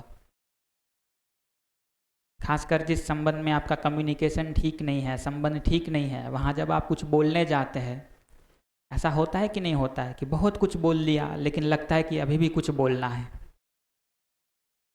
उसका कारण ही ये है कि हमारी एग्जैक्टली नीड क्या है ना, वो हमको भी नहीं पता और हमने वो बताई भी नहीं। तो ये मेरी नीड क्या है उसको भी आइडेंटिफाई करना बनता है, और मेरी जो बुरी फीलिंग हुई, जितनी भी नेगेटिव फीलिंग है, उस नेगेटिव फीलिंग का कारण ये है कि मेरी नीड पूरी नहीं हुई। उसका कारण ये नहीं है कि आप बुरा जीते हैं। जैसे आप मेरे साथ बहुत ऊंची आवाज़ में बात कर लेना, अब मेरे दुखी होने का कारण ये नहीं है कि आपने ऊंची आवाज़ में बात करी। मेरे दुखी होने का कारण ये है कि सम्मान से बात हो, ये मेरी नीड है जो पूरी नहीं हुई। आप देखिए ना, जिसके साथ आपको वो नीड नहीं महसूस होती, वो कैसे भी बात कर ले, आपको क्या फ़र्क पड़ता है? क्या फ़र्क पड़ता है? तो जब मैं ये कहता हूँ ना कि आप ऊंची आवाज़ में बात करते हैं इसलिए मैं दुखी हुई, ये अगेन ब्लेम है। हमको ये देखने की ज़रूरत है कि भाई मेरी नीड है इस तरह से बात होने की। तो जो मुझे अनकंफर्टेबल फील हो रहा है वो इस कारण नहीं हो रहा कि आप ऐसा कर रहे हैं, मुझे अनकंफर्टेबल इस कारण से फील हो रहा है क्योंकि ये मेरी नीड है जो पूरी नहीं हुई, है ना। और लास्ट में देखेंगे ना, मतलब सॉरी, नीड को भी देख ले तो क्या क्या नीड है उसकी भी एक लिस्ट है, बहुत लंबी लिस्ट है। हमको बहुत कुछ चाहिए, उसका भी ये हिंदी है कि हवा चाहिए, पानी चाहिए, खाना चाहिए, स्वास्थ्य चाहिए। वैसे सुरक्षा के क्षेत्र में देखेंगे तो हमको शांति चाहिए, भावनात्मक सुरक्षा चाहिए, भरोसा चाहिए। स्वराज्य के क्षेत्र में मतलब एक अपनी स्वतंत्रता के क्षेत्र में हमको बहुत कुछ चाहिए, फुर्सत के टाइम में भी कुछ करना है। ऐसी बहुत सारी हमारी नीड है। ये नीड जब पूरी नहीं होती तो हमारी कुछ नेगेटिव फीलिंग बनती है, जब नीड पूरी हो जाती है तो हमारी पॉजिटिव फीलिंग बनती है। और लास्ट स्टेप है रिक्वेस्ट। ये भी ऐसा मामला है कि जिसको भी बहुत ध्यान से देखने की ज़रूरत है। हम जब भी कुछ कहते हैं ना, सारी बात को ठीक से कर ले, लास्ट में जाके हम डिमांड कर देते हैं कि ऐसा करो। रिक्वेस्ट करेंगे तो हम ऐसे करेंगे कि क्या ऐसा हो सकता है, और जब वो कहते भी है तो हम सामने वाले की ना सुनने के लिए भी तैयार है। मतलब हम कहते हैं कि ऐसा हो सकता है, वो ना कह दे, फिर पता पड़ता है कि रिक्वेस्ट नहीं थी, ये तो हमारी डिमांड थी। तो रिक्वेस्ट को भी देखेंगे ना, हम कई बार अपनी रिक्वेस्ट ठीक से करते नहीं हैं और फिर हम शिकायत करते कि हमारी बात मानी नहीं जा रही। जैसे इन्होंने एक अच्छा उदाहरण दिया है जो मैं बार बार बताते रहता हूँ, किताब में एनवीसी के देखेंगे तो एक पत्नी ने ये रिक्वेस्ट करी कि तुम नौकरी में बहुत सारा टाइम देते हो, नौकरी में टाइम कम दिया करो। अपने पति से ये रिक्वेस्ट करी कि भाई तुम नौकरी में बहुत सारा टाइम देते हो, नौकरी में टाइम कम दिया करो। पति ने कहा ठीक है। उसी दिन शाम को पति ने आके गोल्फ क्लब का अपना मेंबरशिप का कार्ड दिखा दिया कि अब मैं नौकरी से ऑफिस से थोड़ा जल्दी आ जाऊंगा और 1.5 घंटा गोल्फ खेलने जाऊंगा। लेकिन अब पत्नी की नीड क्या थी? गोल्फ खेलने जाओ वो कि थोड़ा टाइम मुझे दो वो? भाई नीड तो ये थी ना कि थोड़ा टाइम मुझे दे दो, थोड़ा टाइम मुझे मिल सकता है क्या?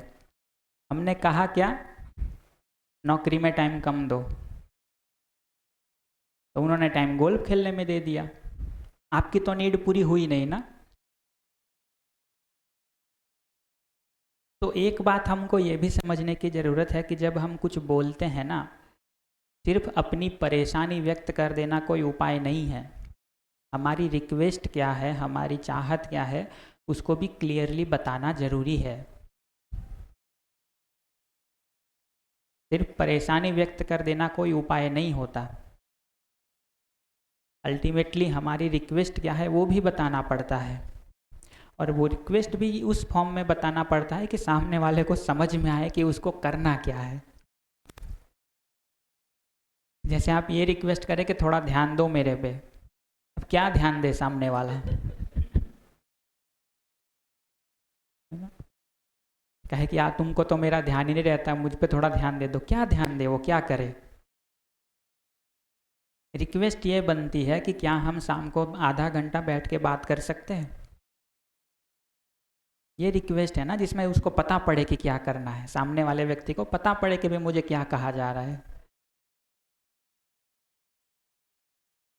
हम ये कह देते कि थोड़े जिम्मेदार बनो, अब उसमें उनको क्या समझ में आए कि किस बात में बात हो रही है ना। लेकिन हम कहे कि भाई हमको सुबह टाइम से चाय मिल जाए, उतनी हमारी रिक्वेस्ट है, तो पता पड़े कि क्या बात हो रही है। तो ये चारों स्टेप्स है।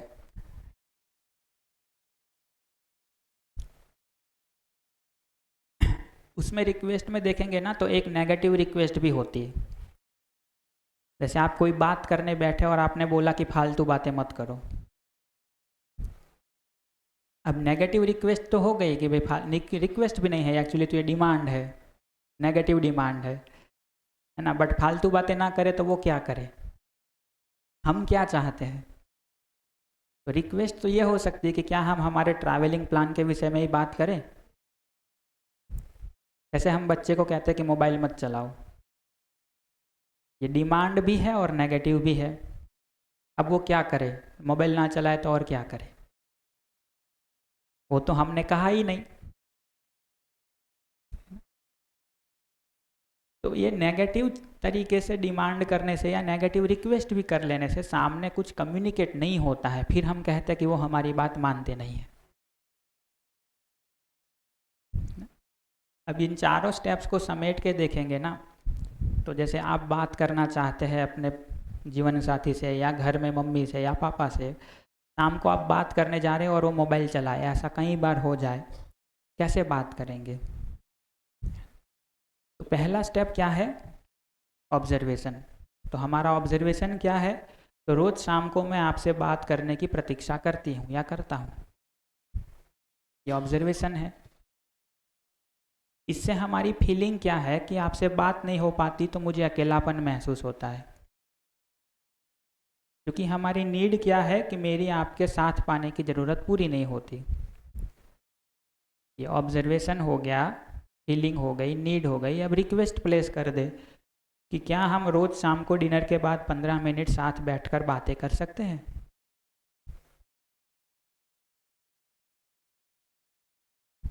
आप ज़रा इस पूरे में बताइए ना, सामने वाला कहाँ झगड़ा करेगा।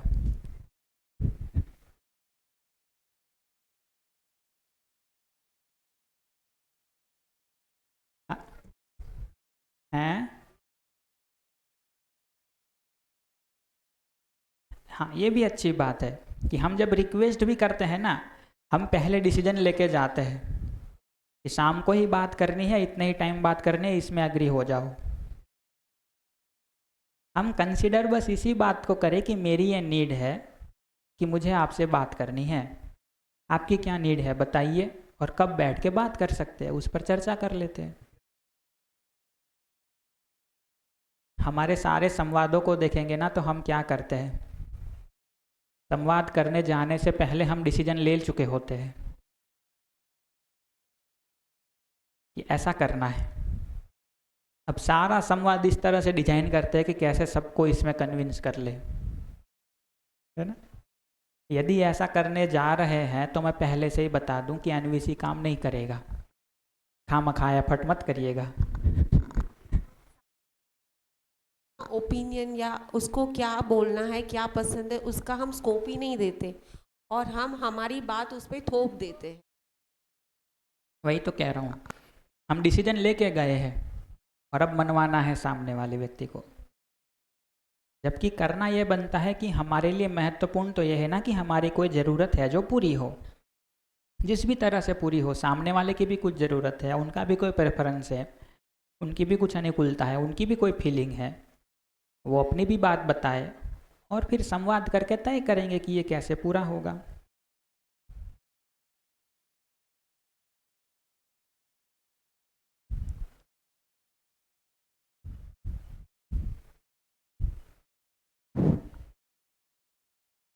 अपने घर पे डॉटर इन लॉ है, जिसको हम वहाँ के लोग लाड़ी बोलते हैं, और बच्चा है। मैंने उनको भोपाल शिविर करके बोला कि अपने को भैया जी से बात बैठ के कर लेने का है और क्रोध करके नहीं बोलने का है। अच्छे क्रोध की बजाय आप भी परेशान होते हैं, वो भी होते हैं। तो उन्होंने कहा बिल्कुल ठीक बात है पापा। फिर 2-4 दिन के बाद में मैंने फ़ोन से पूछा, बढ़िया बात चल रही है आपकी मम्मी और भैया से? हाँ बढ़िया, उनको तो मैंने कब्जे में कर लिया है लेकिन मम्मी नहीं हो रही है। प्रोसेस में ओवर एस्टिमेशन भी आ रहा है, बहुत सारा बैलेंसिंग। वही आपने जो कहा उसको ठीक से देखेंगे ना। आपने कहा कि क्रोध से बात नहीं करनी है, ये रिक्वेस्ट है या नेगेटिव डिमांड है? नेगेटिव डिमांड है। अब क्या करना है वो अपने तरीके से तय करेंगे। आपने कहा कि क्रोध नहीं करना है, उतना उन्होंने मान लिया, बाकी तरीका उन्होंने अपने तरीके से निकाल लिया। इसलिए कह रहे हैं कि सटीक और पॉजिटिव रिक्वेस्ट भी ज़रूरी है। हम एग्जैक्टली ये चाहते हैं या ये हमारी रिक्वेस्ट है। ये नेगेटिव डिमांड ही जो हम बार बार करते हैं ना, उसमें बाकी का सामने वाला खुद जोड़ लेता है। क्या नहीं करना है वो हमने कह दिया, अब क्या करना है वो खुद हिसाब लगा लेता है।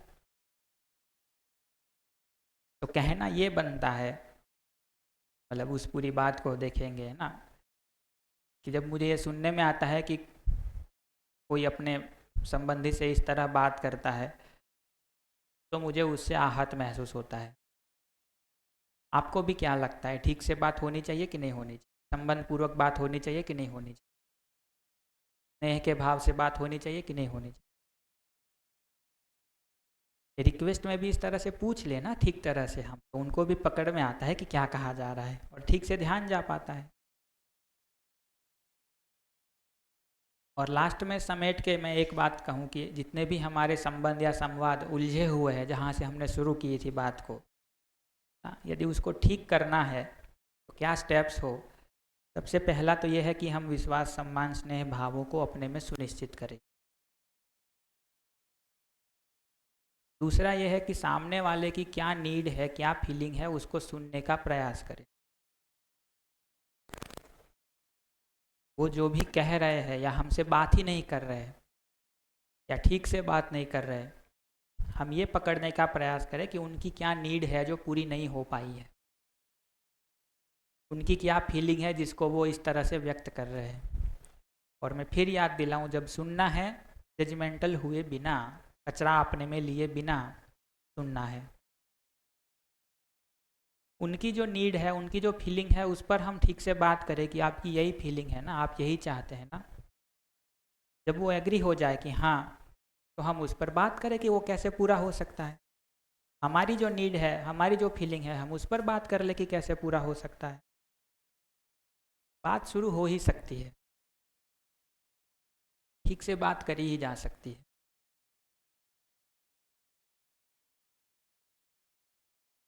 जो ब्लेम गेम खेलते हैं ना, उससे कुछ नहीं होता है। उसके बाद में फिर मीटिंग हुई सप्ताह में, और ये जो मिसप्लेसमेंट हो गया था उसको रिप्लेसमेंट किया, और फिर ये बात हुई कि हम सकारात्मक भाव से कैसे बातें कर सकते हैं, नेगेटिव शब्दों को हम स्थान न दें। फिर भी पुराना अभ्यास है तो धीरे धीरे प्लेसमेंट हो रही। थोड़ा टाइम लगता है मगर धैर्यता रखे तो बात बन ही जाती है। बिल्कुल,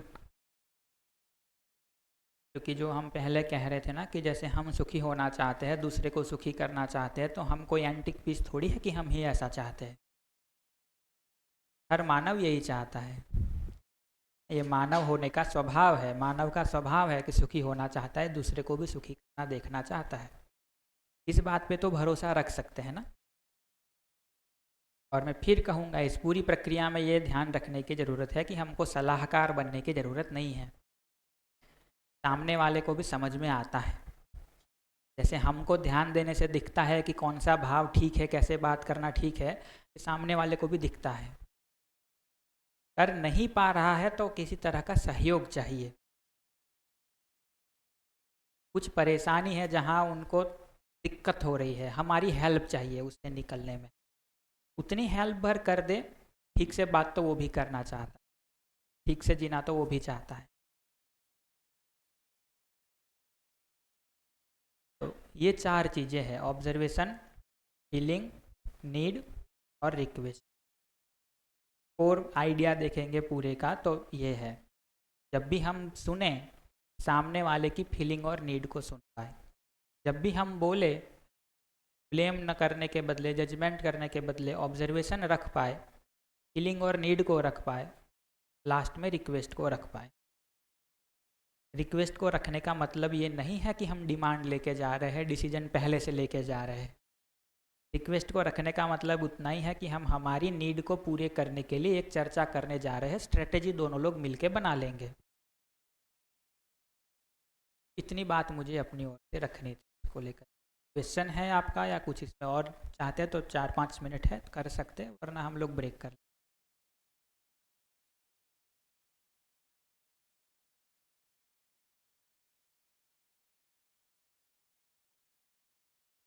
અમારા ડીસાનું એક એવું વ્યક્તિત્વ છે, ओके, जो बाहर से है उनके लिए थोड़ा बोल दूं, यहाँ के लोगों के लिए तो कोई ज़रूरत है नहीं। उनसे हमको जो सीखने मिला है वो एक सेंटेंस में, वो जीवन विद्या ही है, वन काइंड ऑफ।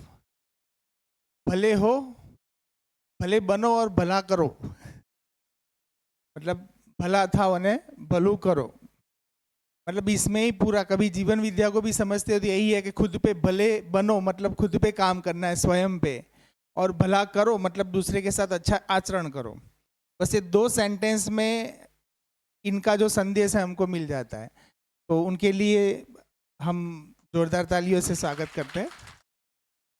और अभी रिसेस का टाइम है, तो 15 मिनट में वापस मिलते हैं, ठीक है, धन्यवाद।